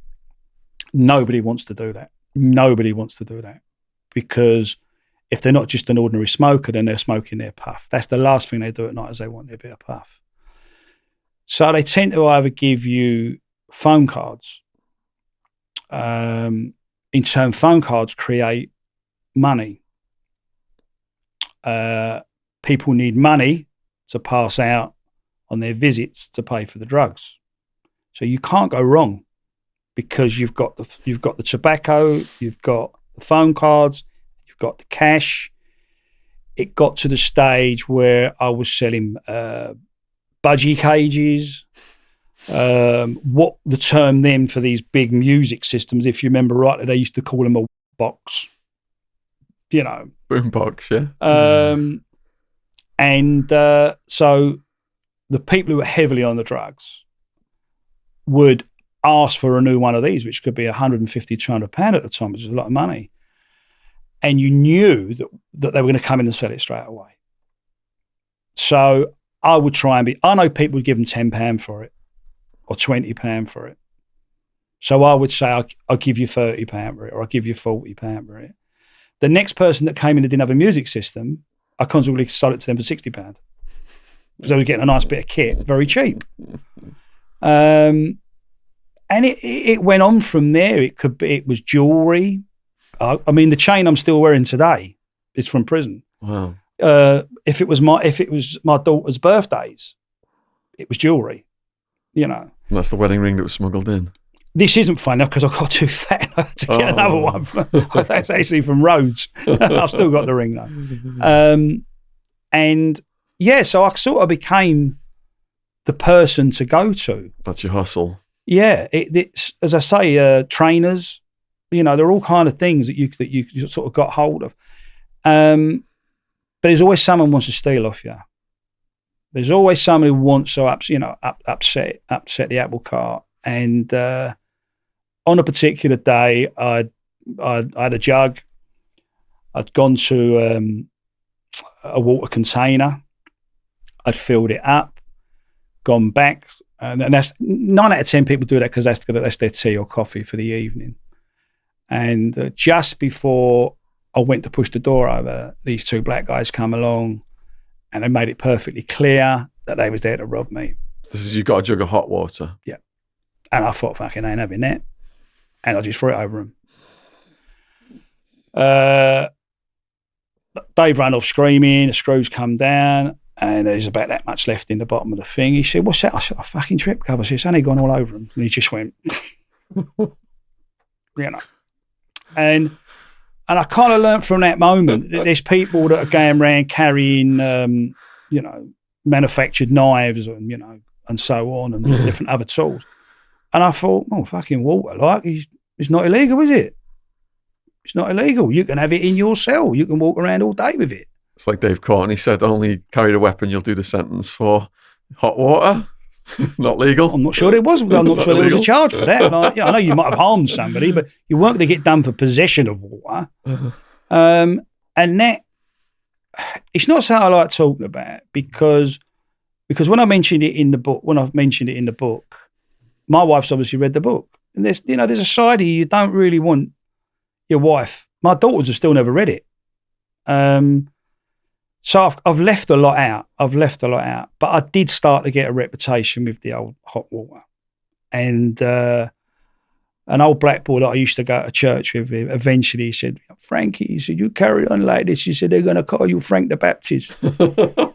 And it kind of stuck. And funny enough, when I went on my 60th birthday to Benidorm, a mate actually done me a T-shirt with Frank the Baptist with my picture in a striped shirt and I had a budgie on me. I had a budgie on my shoulder because I had 3 budgies at the time. I was dealing in budgie cages and yes, that was quite funny. And it had my prison number underneath, obviously, as well. So yeah, that's how that came about. But it's not something I sought out. It wasn't something I wanted to particularly do, but it made the point. With that reputation as Frank the Baptist, did people still try to test you? I nearly got embroiled in what was almost not a race war, but certainly a battle, and a battle that I don't think the white fellas would have won, quite frankly. How did that come about? Because a little firm came in, a little team came in from West London. They thought they was the business. They were white or black? They were white fellas, yeah. And they were putting themselves about, quite frankly. And then they wanted everyone else to fight their battles. Mm. So of course they kind of put it that it's the blacks bullying the whites. When we get out on the sports field, we're going to have it out with them. And you thought, that's not quite the true story, is it? That's not really at all, is it? And I thought, if you think I'm going out there and fighting your battles and I'm going to get another lump of bird on top of it, because it was drugs and I wasn't into drugs. Yeah, I guessed it was going to be a drug. So I thought, I'm not going to get involved in that situation. And they would have come badly unstuck. And they eventually got moved. It didn't happen. The thing didn't happen. But other than that, there was another time somebody tried to collect. My mate had been with me. He got moved on, and this fella tried to imply that he owed him a debt. I said, well, you're a bit fucking late. He's gone, isn't he? And he said, no, you're going to pay his debt. I said, I've got fucking news for you, I'm not. And he threatened to come back with another fella and do me. I thought, fair enough. So that evening, people started to come to me for their tobacco and so on and all that. I said, sorry, fellas, the shop's shut. And they said, what do you mean? I said, the shop's shut. And then someone would come to phone calls and say, no, shop's shut. And word got round, oh, what's the matter with Frank, like, you know? And I said, I'm not having people rob me. So you better go and sort it out. So they did. And they went and sorted the two fellas out. Shop was open again, wasn't it? Everyone was happy. So I think I learned that psychology was sometimes better than just out-and-out violence. Because there was the potential there every day, quite frankly. You could have had it every day. But that's the way I played it. I thought, no, try and avoid that. I had a fella that owed me tobacco. We were going down to the canteen on the Saturday morning, and I said to him, by the way, it's about time you pay. It doesn't have to be tobacco, it can be phone cards. Oh, fuck up. He said, I'm sick of hearing you fucking keep chasing me and all that. I said, well, we'll have it your way. So we'll have it your way. And all week, people were talking about an inter-wing football match. I remember this kid's name, Billy. According to him, he was the best footballer in South London. And he got his girlfriend to bring his football boots in. So when I came back up from the canteen, I happened to walk past his cell. And sitting under the bed are his football boots. So I nicked one of them. Not both of them, one of them.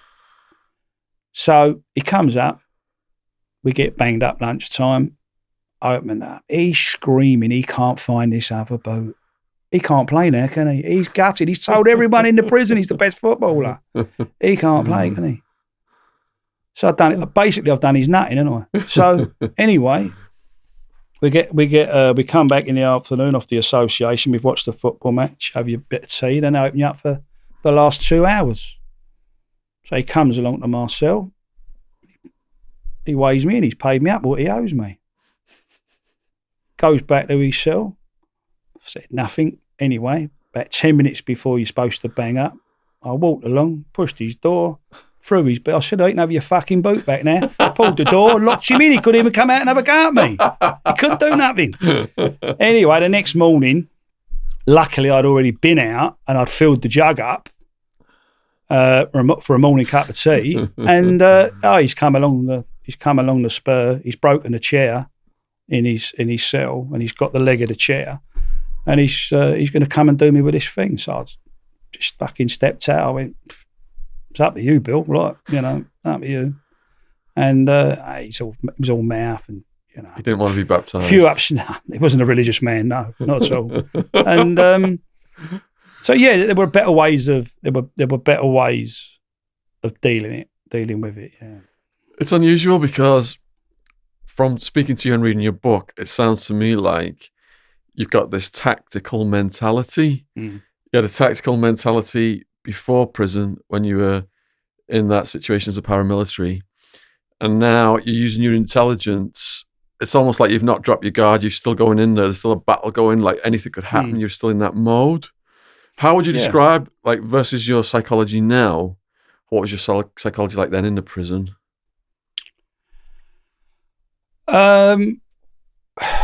In some ways, because I was forced into it, I was stronger there.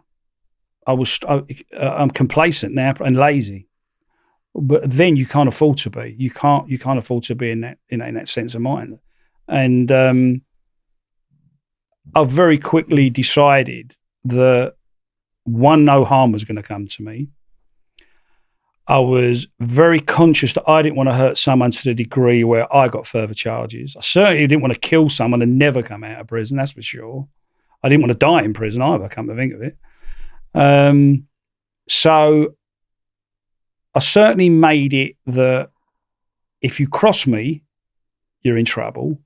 Why don't you just get on with me and we'll all be happy? So, for example, there was a young kid who was quite a good boxer. So he would put the pads on and I would spar with him. And I would say to somebody, because you could cook in the prison. And people who were less off, less well off, I'd say, here's a couple of phone cards, here's Arthur, old Oban, go and cook us a meal. So it might be tuna, pasta, noodles, whatever. But have a dinner yourself. Always have a dinner yourself. Because some of them couldn't afford to eat. So people take to you then. People start to rely on you. I had some very, very tough people in that place. Top of the range villains. Couldn't write a letter. Couldn't write to their wives or their families. And I started to do the listening course, where you're not so much a counsellor, but you go and you listen to people. You can't give advice, but you can encourage them to open up and talk. So you'd be in your cell and you'd get called out. You might even be in a class and you'd get called out and say, look, someone's looking for a listener. And I saw some really tough men bawling their eyes out. There's no way they'd have wanted other people to see them in that state. And really, really quite sad. Really quite sad, because they were proper faces, I did come unstuck with one. This fella came in, and I'm afraid he had nonce written all over him. I could see it. Just, you sensed it, the way he was dressed, the lot. And what did it for me was, he said he'd come from another prison, and I don't know, he'd done a burglary or something. And he just thought, you wouldn't be in this prison. You just wouldn't be in here, mate. And what gave the game away was, I said, are you thinking of doing any courses? And he said, yes, I'm thinking of taking a theology course. And I thought, you bastard. So you fucking basically want to hide behind God. Anyway, that evening, he came up to the level that I was on. And he was asking people for me, like we were friends. And, excuse me, people, someone went, who the fuck's that? Like, I said, I don't know the geezer, I just don't know him. Anyway, I went down to see the screws. I went down to their office and I said, listen, this geezer's a wrong one. You've got to get him off of here. And one of the screws said to me, he said, Frank, he said, I wouldn't even tell you, he said, what he's done. Oh. He said to both boys, anger. I said, that's it. You fucking. Oh. By the time I said, I'd do it my fucking self. And by the time I'd left that office and gone back, they had him down the block, ready to shift him out the next day. But again, the listening side of it, you people needed you. People did need you. So in a sense, it was forming a bit of a protective barrier around me. I also got a lot of pleasure out of doing it, in all fairness. How was that adjustment? Because you went from channeling your energy into something that could have ended up with people getting killed to now channeling your energy into something that is potentially saving lives. I think some of the times things that's got me in trouble is caring too much, and more to the point, having to prove it. I'm not very tolerant of barstool preachers, people who sit at bars and disagree with something and do fuck all about it. And there's people I've known for 40 odd years who are still moaning about, political situations, shall we say, and have done nothing about it. And I just get, that's just not me. So if I see somebody in trouble, I feel inclined to, if I can, I feel inclined to help them. There was a chap in my, I didn't have a particularly good education. That was more to do with family circumstances, feeling the need to leave school as soon as possible. In fact, I didn't even know I'd left school. To get out to work, earn money so that I could look after myself, so to speak. Always regretted it. Here was my chance to join an English class and take some degree of O levels or A levels. I had a very good teacher. I used to enjoy the creative writing side of things. She actually took me up from a level. She skipped it and said, no, let's bypass that. Let's go up to the next level. In that class was a chap who at one time was Britain's most wanted. He was in about his 30s. And he was quite a bright fella. Can you say his name or? I can't even remember his Okay. name. I'm actually ashamed to say I've forgotten his name, even his first name. And he was in the cell opposite me, and we got on really well. Because I think we kind of shared the bit about the English, it was poetry. We had a sort of a bit of a thing going on there. And one day I was asked to go and listen to somebody, and it was him. And he had hepatitis. I'm not sure to which degree it was. He was convinced he now couldn't kiss his wife, couldn't kiss his children, etc. So in a couple of days, I come out of my cell, say, in the morning. He's not there. He's downstairs on suicide watch. They bring him back lunchtime, and then just before lunchtime, and then they go to take him off again, and he's screaming. We're all banged up now. There's been an emergency, so we're not in our classes. And he's screaming out my name, Frank, they're trying to kill me. Now, I'm behind a locked door. So I jump up, I'm banging the door. What the fuck's going on? To let them know that I'm listening, that I'm aware of what's going on. He gets taken back downstairs, and now he's on 10, 15-minute suicide watch. Unbeknownst to me, he's been brought up at a later stage. We get opened up in the afternoon, and my door was always opened for, beg your pardon, his door was always open first, and the bloke used to do it crisscross. Him, me, and then work his way down. I looked at the time and I thought, well, they're a bit slow in opening this up here today. So I banged on the door, said, what's happening, Gav? What's happening? And he went, he said, hold on, there's been a bit of an incident. They've opened the door, he's hung himself. Now, if they'd have opened him and then opened me first, I'd have walked straight in and found him. Now, that haunted me because they then said to me, we're going to give everyone counselling. Do you want counselling? I said, no, I'm okay. But that night I couldn't sleep because all I could hear in my head was, Frank, help me. Anyway, there was a big inquiry. They got the police in and so on. And I had to make a statement, obviously. And it was nice because when it had all finished, his family wrote to me and actually said thanks for befriending him and so on. So that was nice. But that was a very, very horrible time, I must admit. And in hindsight, I probably should have spoken to somebody, if I'm honest. You mentioned before then there was some big time gangsters in there, and they were really breaking down and sobbing.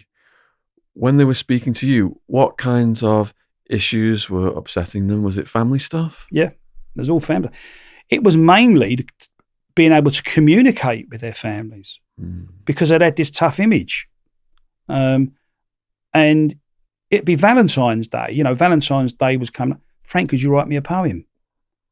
You thought, this old nut is asking me to write him a slushy poem to give to his wife, but it's something they kept to themselves. It wasn't something they didn't run around around a wing going, "Oh, look what Frank's wrote for me." It was something they very much wanted to keep private. So, I've seen people. I've learned a lot about people. I mean, I've clearly, learned a lot about myself. I remember responding to a letter from my sister-in-law, and I said, if nothing else, you find out what sort of man you are.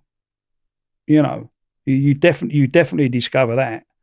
And anybody going in prison, any young person going, and I'd say whatever you do, have a game plan. Plan it out. Obviously, with a view to getting out as quick as you can. Get yourself some education. Try and stay away from the drug. I mean, I didn't know what drugs really were, if I'm honest. And the violence that I saw over drugs was people. Look, when someone said, "Oh, someone's getting a bag of gear," I thought it meant a 2-pound bag of sugar. I didn't know it was a fag paper with a bit of dust in it, which sometimes was brick dust. I just had no concept of that. I know what a bit of puff was. You'd have blokes who take people's money, go on a visit, especially if it was heroin, and they go on a visit. They've promised everybody that when they come back, they're going to have this parcel ready for them. Come back, lock themselves in their cell and do it all themselves. So the first time you get opened up, there's this queue outside this person's door. And they want to kill him.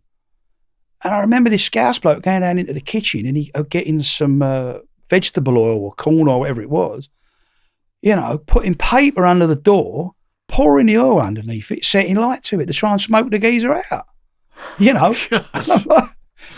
was, and people were constantly putting themselves down the block, putting themselves on the numbers to get away from people. Were you aware of anyone got murdered over that kind of stuff? No, thankfully the worst, what I would class, and I see people getting stabbed. That wasn't particularly shocking, but the worst thing I ever heard, which freaks you out even more because there's nothing you can do about it, was two Kurdish militants, terrorists if you want to call them that, came into the prison. And what they'd done is they'd gone to place a bomb on the windowsill. I think it was either a Turkish travel agent or an information centre or something. But I think they put it on the wrong window. I think it was to do with a bank. Anyway, they'd come in. They'd both been convicted and they'd come into the prison. And some of the Turks had put a price on them. And one of them went down to the kitchen to prepare some food. And he bent down to take something out of the oven. And already on the hot plate was a pan of hot fat.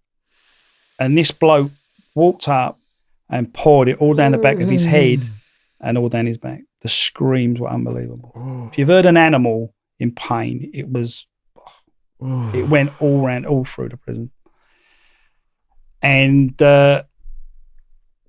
the old pine licker there, the vicar there, Reverend Roger Green, he was called down to the medical area, and they had him in a bath, and they were literally trying to. I'm not sure what it was like tin foil over him to try and keep the flesh attached to him. We all knew who did it. And it was for some paltry amount of money, drugs, whatever it was. And I thought, I'm talking from a point of view I'd have shot someone, but I couldn't understand how someone could pull a boy. Not someone you didn't know, not someone you had a particular grudge against, not for your political views, just because someone paid you to go and pour a ball in. I just could not get my head around that. Couldn't get it. Eventually, and I'm pleased to say I was one of them, some more decent people decided he's got to get done, this fella. We can't have that. Can't have him running around like that because he could do it to you, Eventually, one of the Turks themselves grassed him up so that he got moved out because he couldn't do them any harm then. Because obviously the police were called in. Did the prisoners not view that as snitching though and then attack him? Not particularly, no. No, not particularly. I think everyone was just pleased to see this fella gone. They started the problem. The Turkish fellas started the problem. The Turkish fellas dealt with the problem in that sense. They got him out of prison. Yeah. But that was an horrible moment. Yeah. Yeah. You said earlier, prison, you go in there, it's like there's an x-ray on you, isn't it? All your idiosyncrasies, weaknesses are exposed, and you're like analysing yourself and your thoughts and what your life and everything that you've done. What was the biggest thing you learned about yourself?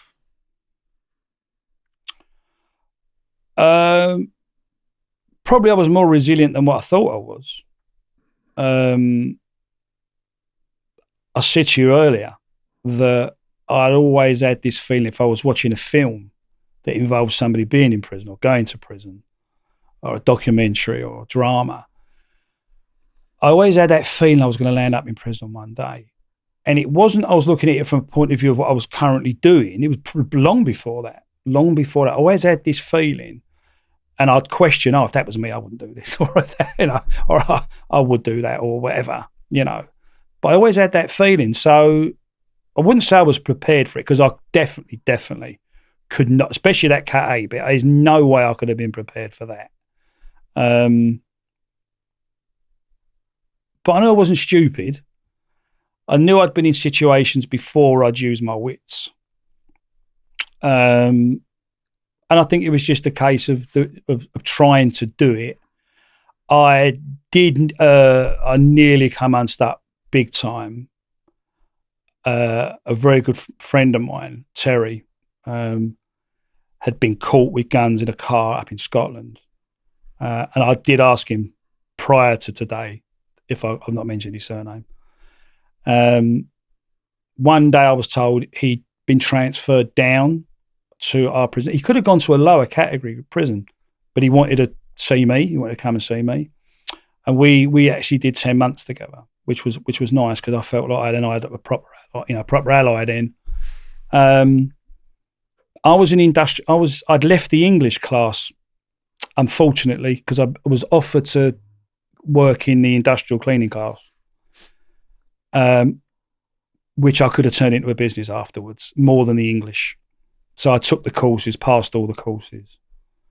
Also took an assessor's course, and I'll say that after that I could teach the other cons, and I was getting paid extra and getting more visits. So that worked out really well for me.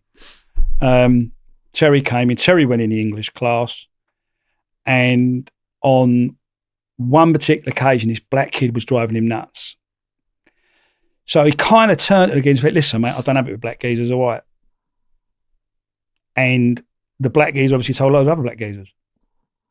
So they very much went looking for Terry. I said to Terry, "Listen, whatever happens to you, I've got your back." He would say to me, "Listen, you need to get out. You need to get your parole. You need to get back to, your missus and kids," and so on. We were told specifically we were getting done the next morning. We were going to get done the next morning. And we knew where we were going to get done. We knew it was going to get done on the spiral staircase that went down to the workshops, because it was the only place that wasn't cambered up. So we walked along, and you had sort of these 4 corridors that led to this one big central concourse. Terry was still trying to convince me at that stage, not to go down them stairs. I said, "So I'd never better look you in the face again, mate." And we walked along, we got to the concourse, and there must have been 20 odd of these fellas. And you knew at least one was going to have a tool on him. So even if they let you down the stairs, you knew he was going to get it in the back. And if I never believed in God before, I certainly did afterwards.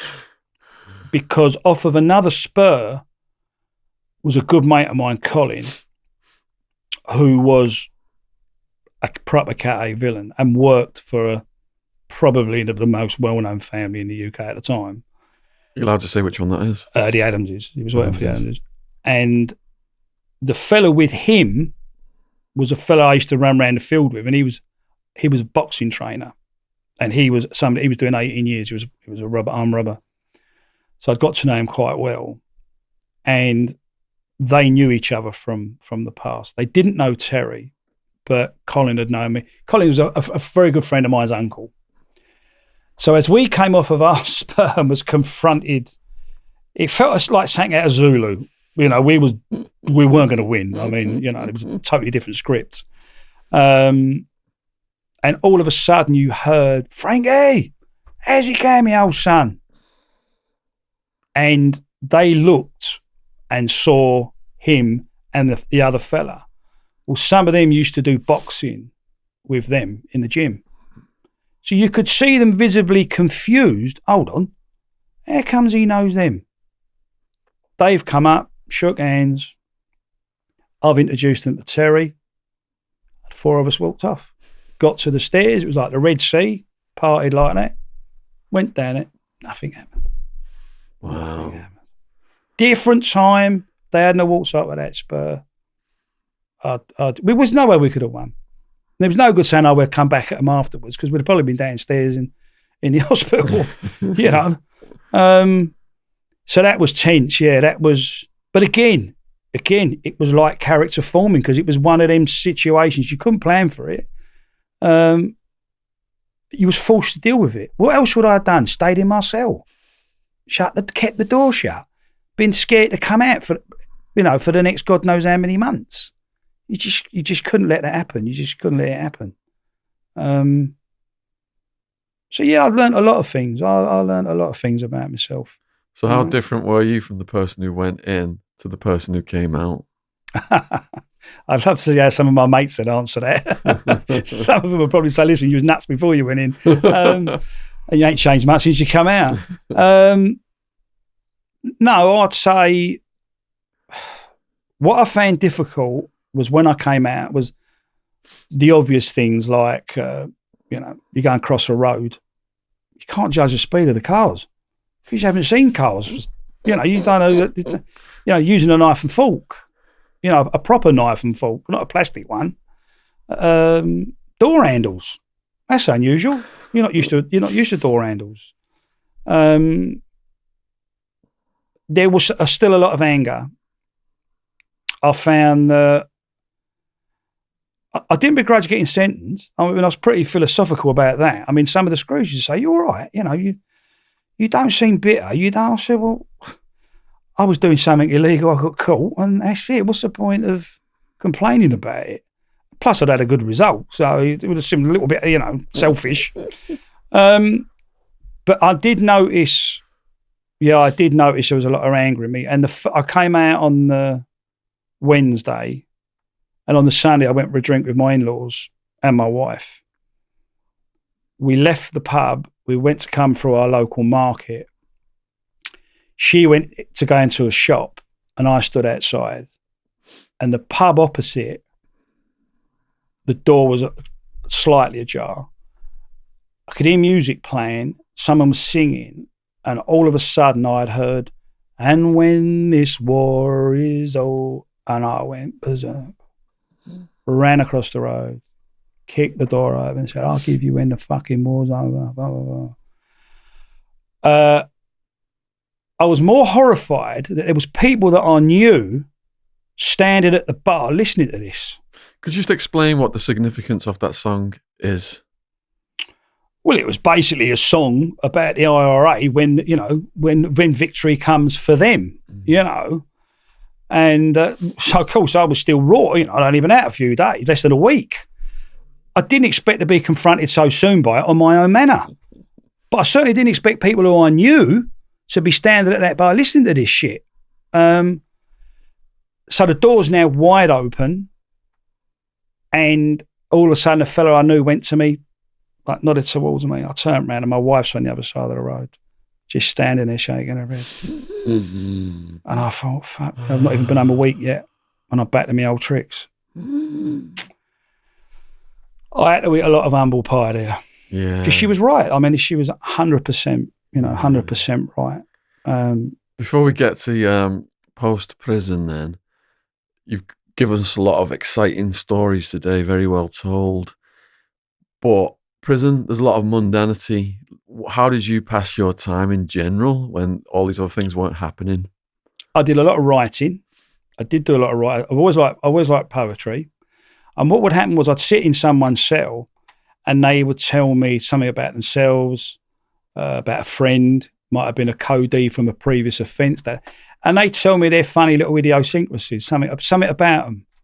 And then in lunchtime or in the evening, I would write a witty little poem about it because it ate up some of my time. I enjoyed doing it. And I knew they got a bit of pleasure the next day when I sort of, I've done a lot of reading, not as many books as what you read, by the way, but I did quite a lot of reading. It got to the stage where I'd read something like Robert Ludlum, for example, and I had to stop because I knew it was how it was going to end. I kind of could anticipate because I got into the way that he was writing formula. Yeah. So I had to stop. So I sort of changed a bit. Read a few books about sociology and that's that sort of thing. But yeah, the test was the 9 months on Cat A. That was very much feeling like an animal. It was almost like they was trying to take your dignity away from you. So that to the degree when you got to prison, you was, I bet to the court, you wasn't really up for it. You're probably glad to be there just to get out for the day, that was difficult. And I say mainly the fact I'd left my family vulnerable. I found that very, very difficult that I'd put them in that position, you know. I did gain some qualifications, you know, so that got me employment at some stage when I did get out. What qualifications did you get? Well, it started off with MVQs. Then I got my operative certificates from the British Institute of Cleaning Science. Let's explain what they are then, MVQs and operative certificates. Well, basically, you're getting taught by an instructor how to clean certain areas, the machines, what chemicals to use, whether it's stain removing, sealing floors, cleaning carpets. There's a whole range, and they may have, you know, something like 30 tasks just for that one thing, you know. And so there's a whole sequence of those, and then you'll get an MVQ to a certain level. Then there was proficiency certificates as well, so you was going up a bit again. And when I passed all that, he said to me, the instructor, how do you feel about taking the assessor's certificate, which we then bring in an independent assessor, and you're then qualified to teach people. And I got a lot of pleasure out of that. I got a lot of pleasure. And I was firm. I said to people, listen, you ain't give me art man some fucking tobacco when you're getting through. You know what I mean? It don't work like that. And I still have fellas who get in touch with me on Facebook and say, well done, Frank. Really? Yeah, it's nice. It's really, wow. It's really nice. It's really nice. Because I was fair. Yeah. And I did enjoy it. I got extra visits for it. I got extra money for doing it. And it set me up so that when I did come out, that I could set myself up in some way, or I could go and work for a company and at least have some sort of supervisory position. And I got a certificate eventually, and it basically made you a full member of the British Institute of Cleaning Science. So I can now put MBIC after my name, which is quite funny because not so long ago I was in a gym and I had a real pest. And he obviously wanted to be, you know, my gym buddy. He was far fitter than me. I didn't like him at all. Quite a nice looking, quite a bit like Adonis, you know. And I thought, fucking don't need you around me, mate. I do not need you. And he started chatting away, and he was telling me about all his qualifications, and all of a sudden he said to me, he said, oh yes, he said, I've got these letters after my name. I went, oh really? I said, I used to have numbers in front of mine. He fucked off. Fucked off. He didn't want to know. He didn't want to know. Yeah. So yeah, so that came in handy. That did come in handy. So you had your reading, your teaching. After Supermax, do you get a TV? No. No TV. No. It's like you certainly had better sanitation for a start. Yeah. And you could use the showers and so on. You could use the gym. You could go to the canteen. So that was different. I mean, that was different. More normality on the one hand, but a bigger threat of violence every day. Yeah. So it's a trade up, isn't it? Yeah. It's a trade up. If you're in Supermax, it's like, it's brutal, but everyone's not around everyone, so they're not doing the fisticuffs. The thing I didn't like about, and you do spend more than 23 hours a day banged up on Cat A, is they had all the nonces above us. Okay.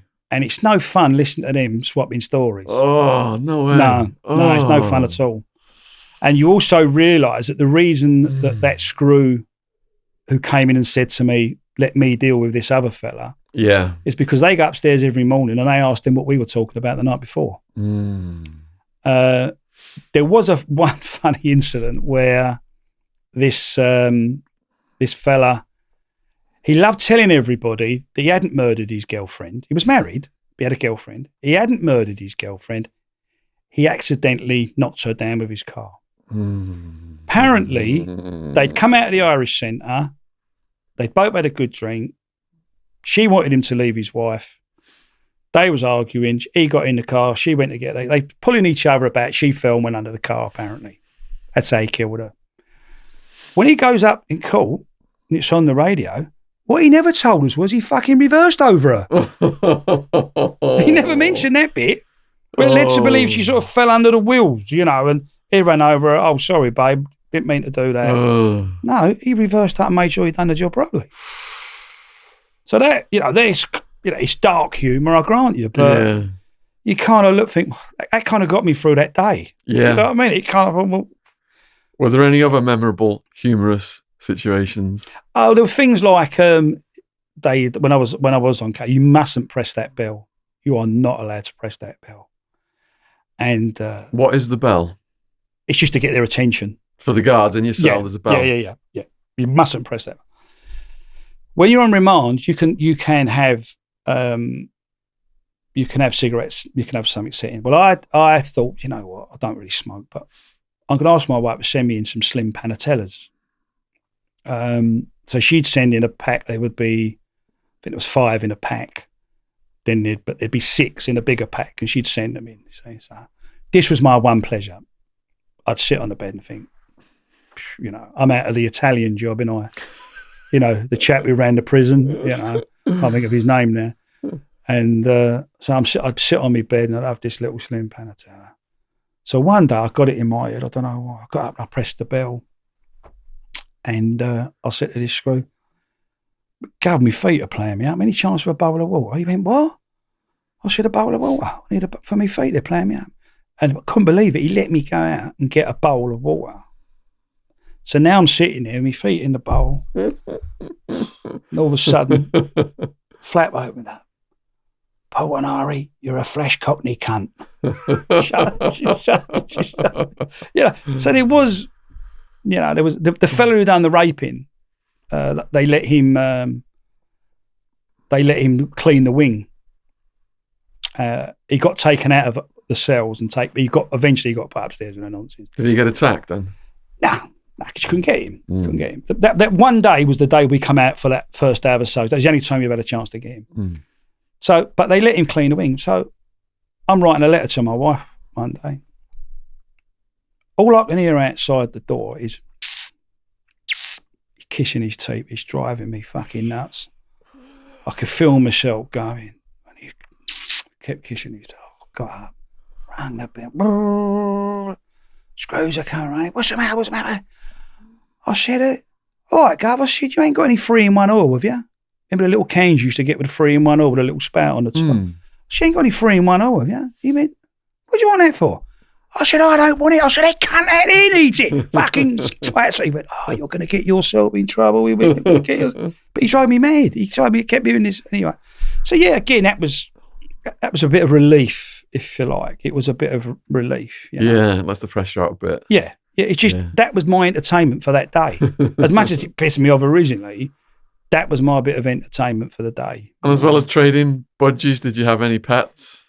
I had 3 budgies. 3 budgies. In Swellside, I had 3 budgies. I had Queenie, Boise, and Alfie. A bloke told me Alfie was this beautiful grey colour, and someone said there was a lifer, and the lifer had started to pull its feathers out because it said it was grassing him up to the screws. So I thought, I've got to go and rescue this bird, So I went round, I give the geezer some tobacco. I said, "Listen, mate, I'll take the budgie off your hands, Bolt it back in. And what used to have fluorescent tubes, and then you'd have a cover.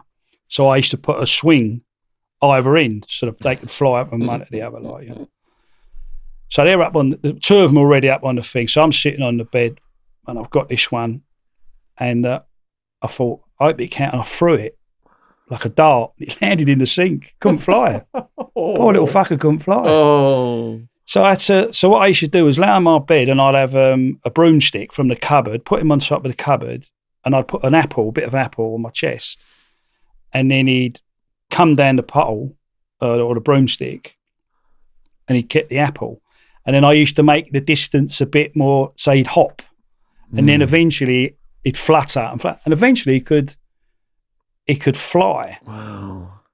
And some of the boys used to get their budgies out on the spur and let the budgies fly up and down. Well, I must have had the only asthmatic fucking budgie, because it could only go halfway and then it'd go. And I thought about it. I thought, I'm probably killing it with a cigar smoke, you know. It probably had a decent set of lungs until it met me. And it was a shame because when I got moved eventually to the last prison, you couldn't take your budgies. So what did you do with them? a mate who'd come in after that, I just gave them to him, and I knew he'd look after him, like, so I felt a bit better for that. And I was only in the other prison for about, I didn't know this at the time, I got moved to a place called Downview in Sutton, and that was the real test. That was the test. It is their way of testing you to see if you're ready to go back out on the street, because you've got the scum of the earth in there. You have got proper low lives, and that's what tests you. Can you survive amongst these people? And were you reacting? When I got there, and within a couple of days, an Irish fella come up to me and made it perfectly clear he didn't like me, didn't like my politics, didn't like what I was in for, was double aggressive with me. Excuse me. And I picked up, these galvanised buckets, mop buckets, and I just smashed him round the head with it.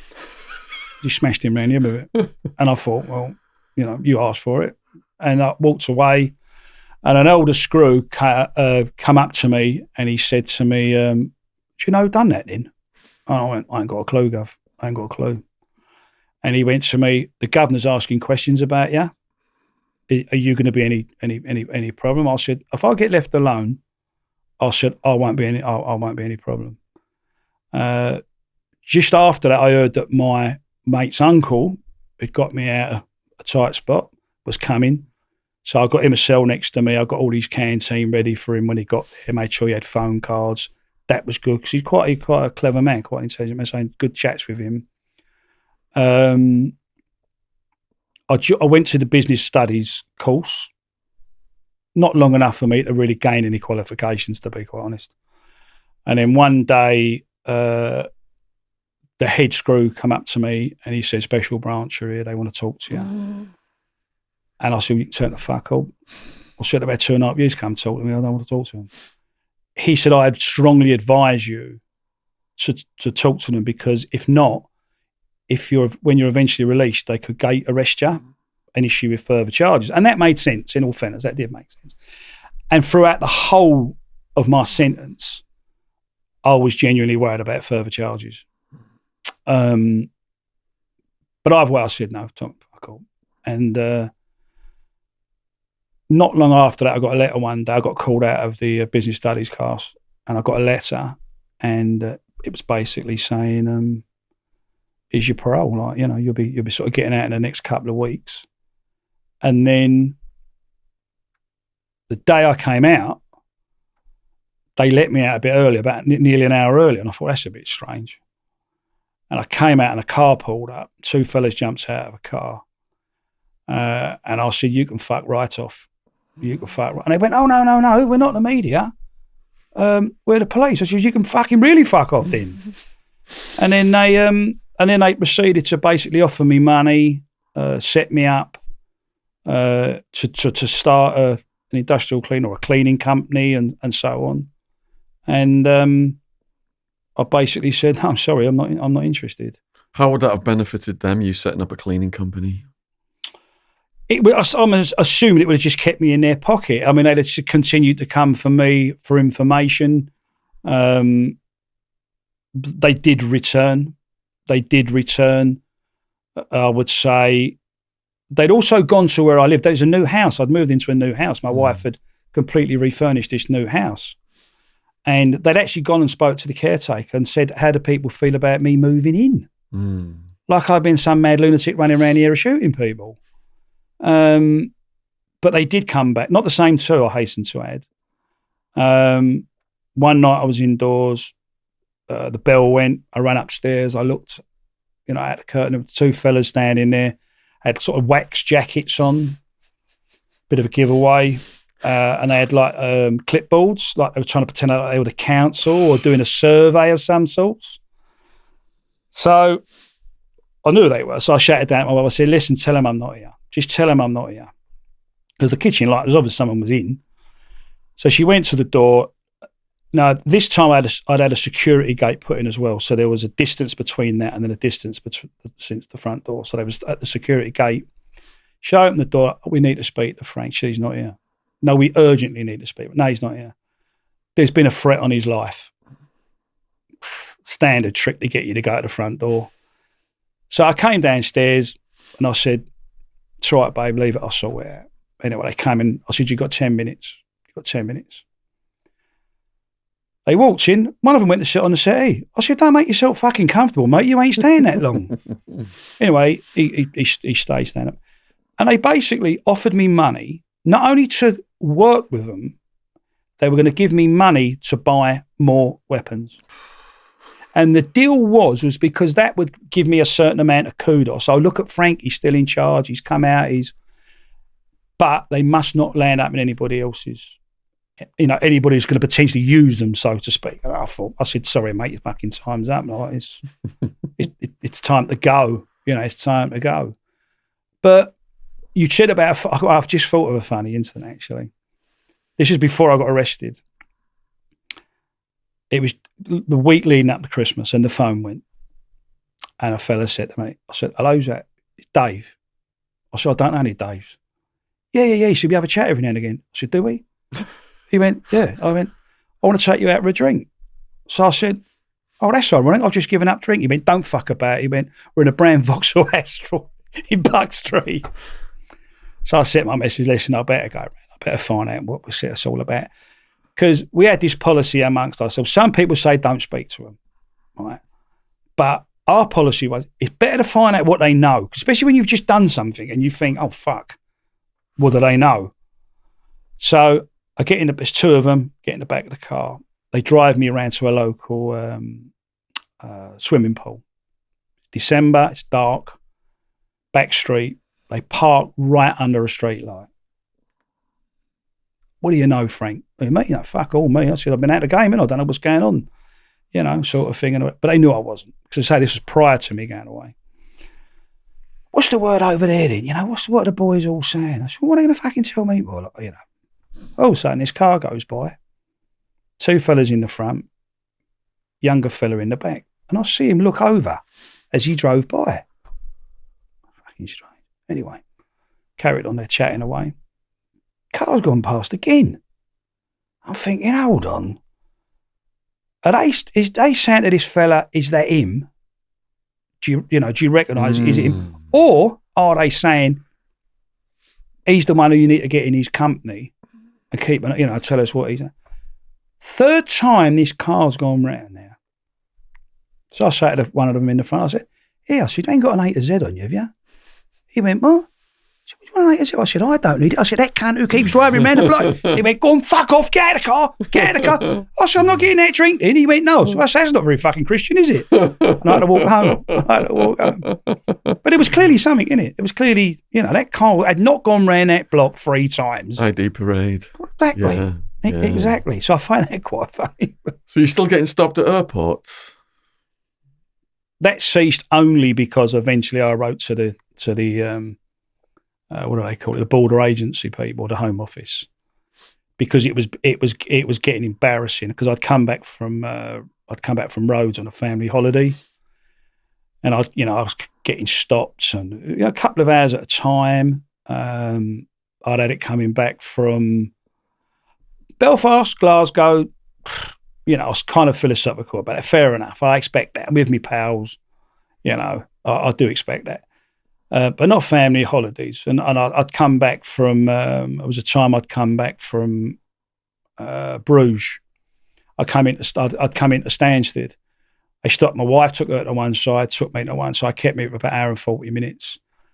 It got to the stage where one of them went off and I said to the younger fella, I said, listen, mate, if I was you, I said, I'd offer me 50 grand to work for you. His little eyes lit up like, oh, boss, I've broke him down. I've finally broken him.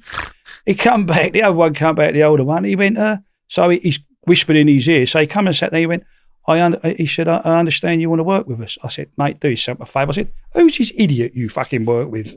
Right. So again, I brushed that to one side. But I came back from a wedding in Portugal, very late in the evening, just myself and my wife, went to go through and got stopped and told to stand to one side. It seemed to go on forever.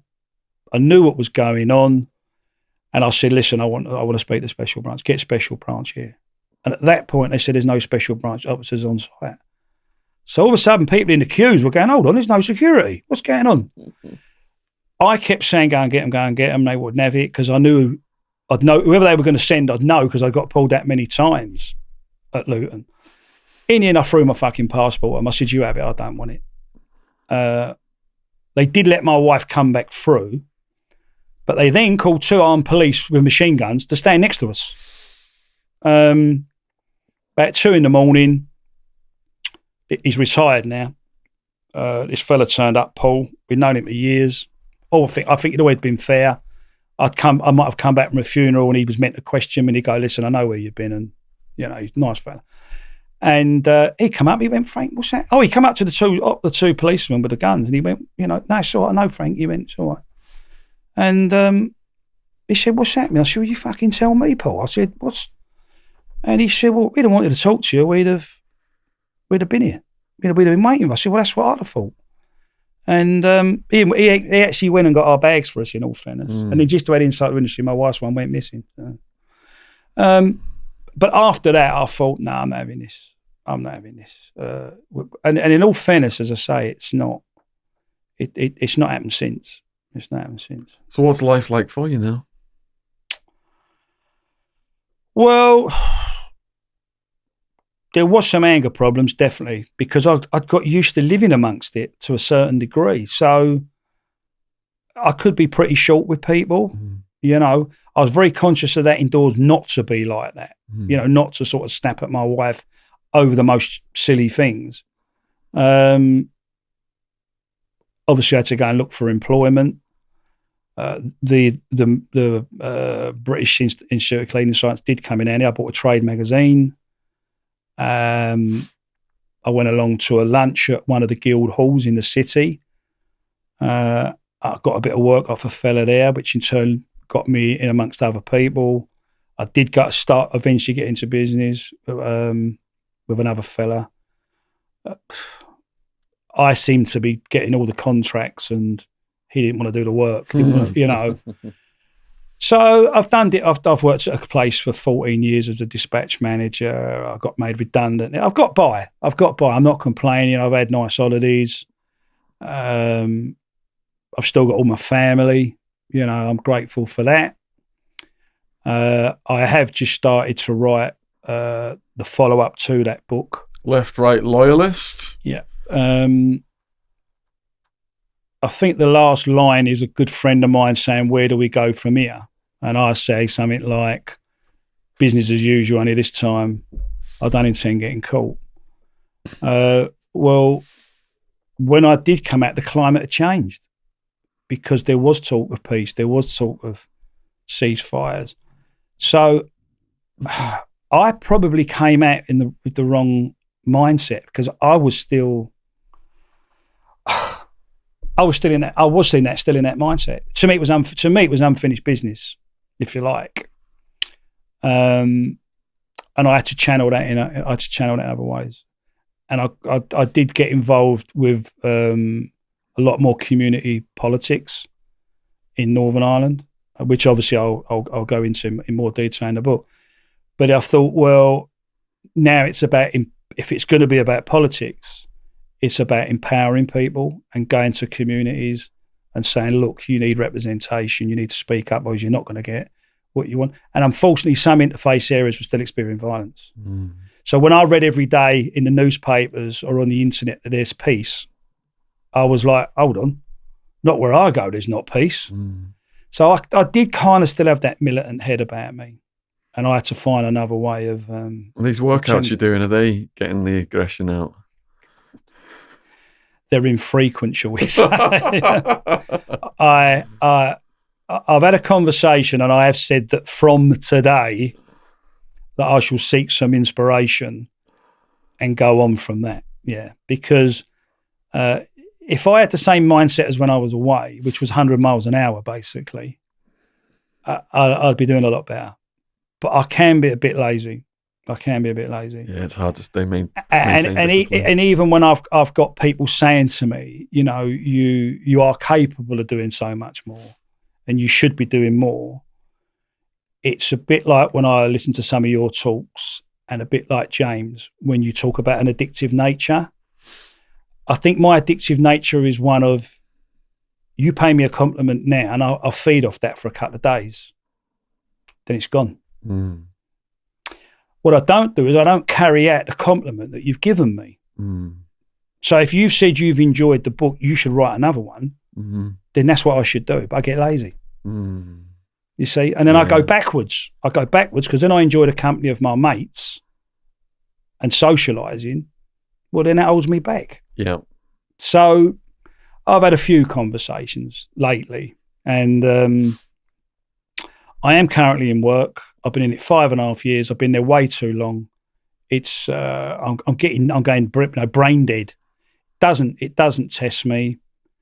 And I think, like we all find out, we're usually at our best when we are tested. So when I leave here today, that's what I do intend improving on my general health and getting stuck into the second book, and hopefully when I've done that, again, been listening to what you've been saying about crime, the novels, and so the little old ladies, as you call them, and having a look at that and using some of my experiences from the past and creating characters and I'm writing some sort of novel, It's a good strategy. There's a lot of young people watching these podcasts. Some of them might think that crime and prison is glamorous. Do you have a message for those people? I can see where some of it is glamorous. I can, watch your own listen to your own story and see where it's glamorous. But it always ends somewhere. And it's usually with a large lump of regret. What I find difficult, and it's another reason why I wrote the book, is because I've had so much rubbish written about me, so many barefaced lies. There's even people that have appeared in other people's books, proper journalists. They've not even got the sentence right.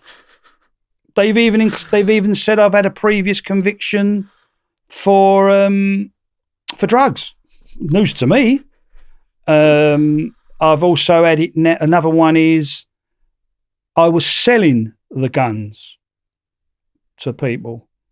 No, I wasn't. And so the book now gives me a chance to say, hold on, I'm not having this anymore. For good or bad, whatever people think.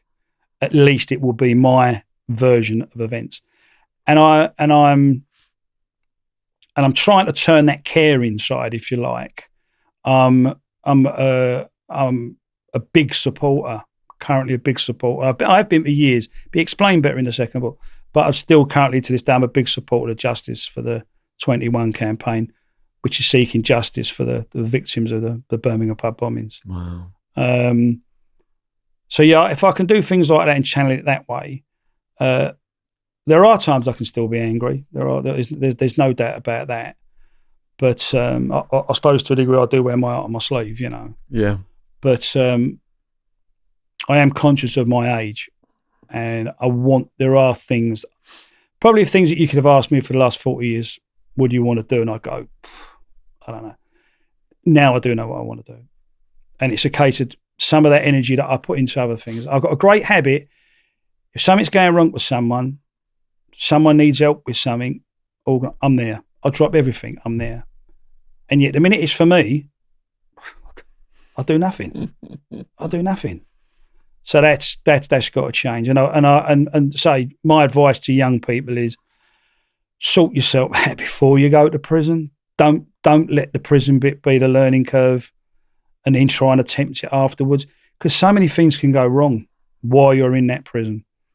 Whether that's the physical harm that's going to come there, whether it's going to be additional charges, which means you're going to stand there a lot longer, which is going to endanger you even more. The temptation of the drugs. I understand it. I've seen it. I've listened to enough people. I can see why they choose that route. If they've not got any great confidence in themselves.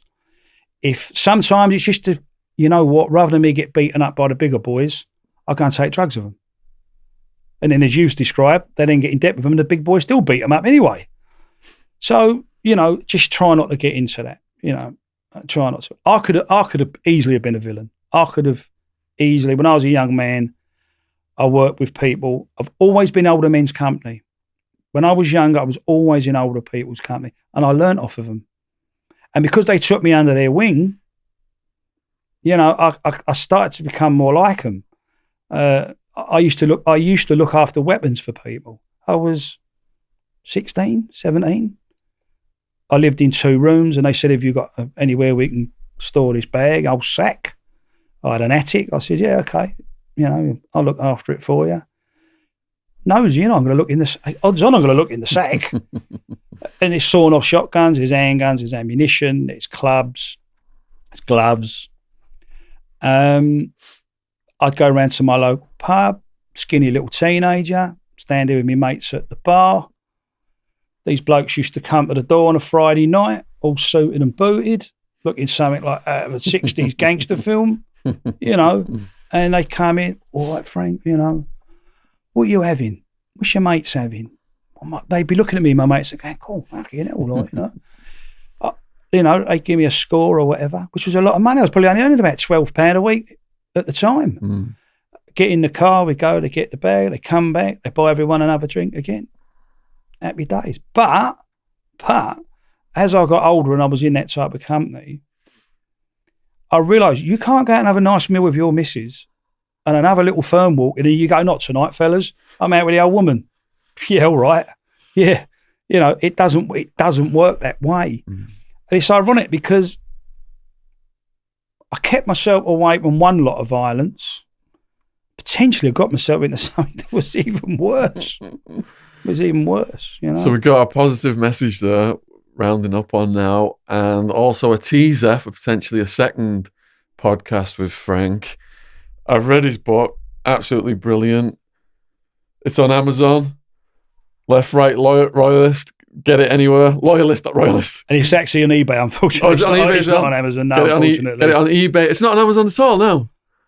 Okay, all right. Well, we're going to speak to Frank about getting this available on Amazon and getting an audiobook out and getting an ebook out so people worldwide can read the story. And perhaps he'll wear the hood if he comes back and does a second podcast. If you've enjoyed the video today, please put a comment in the description. If you liked it, give it a like. If you've got a question for Frank, we haven't covered in this book, we haven't covered his early years, the football, hooliganism, the things he allegedly did as a paramilitary. So there's loads more room here for way more gripping stories. So if you would like to see Frank come back on the podcast, or you got a question for him, put it in the comments below this. And if you can get your hands on the book on eBay, do.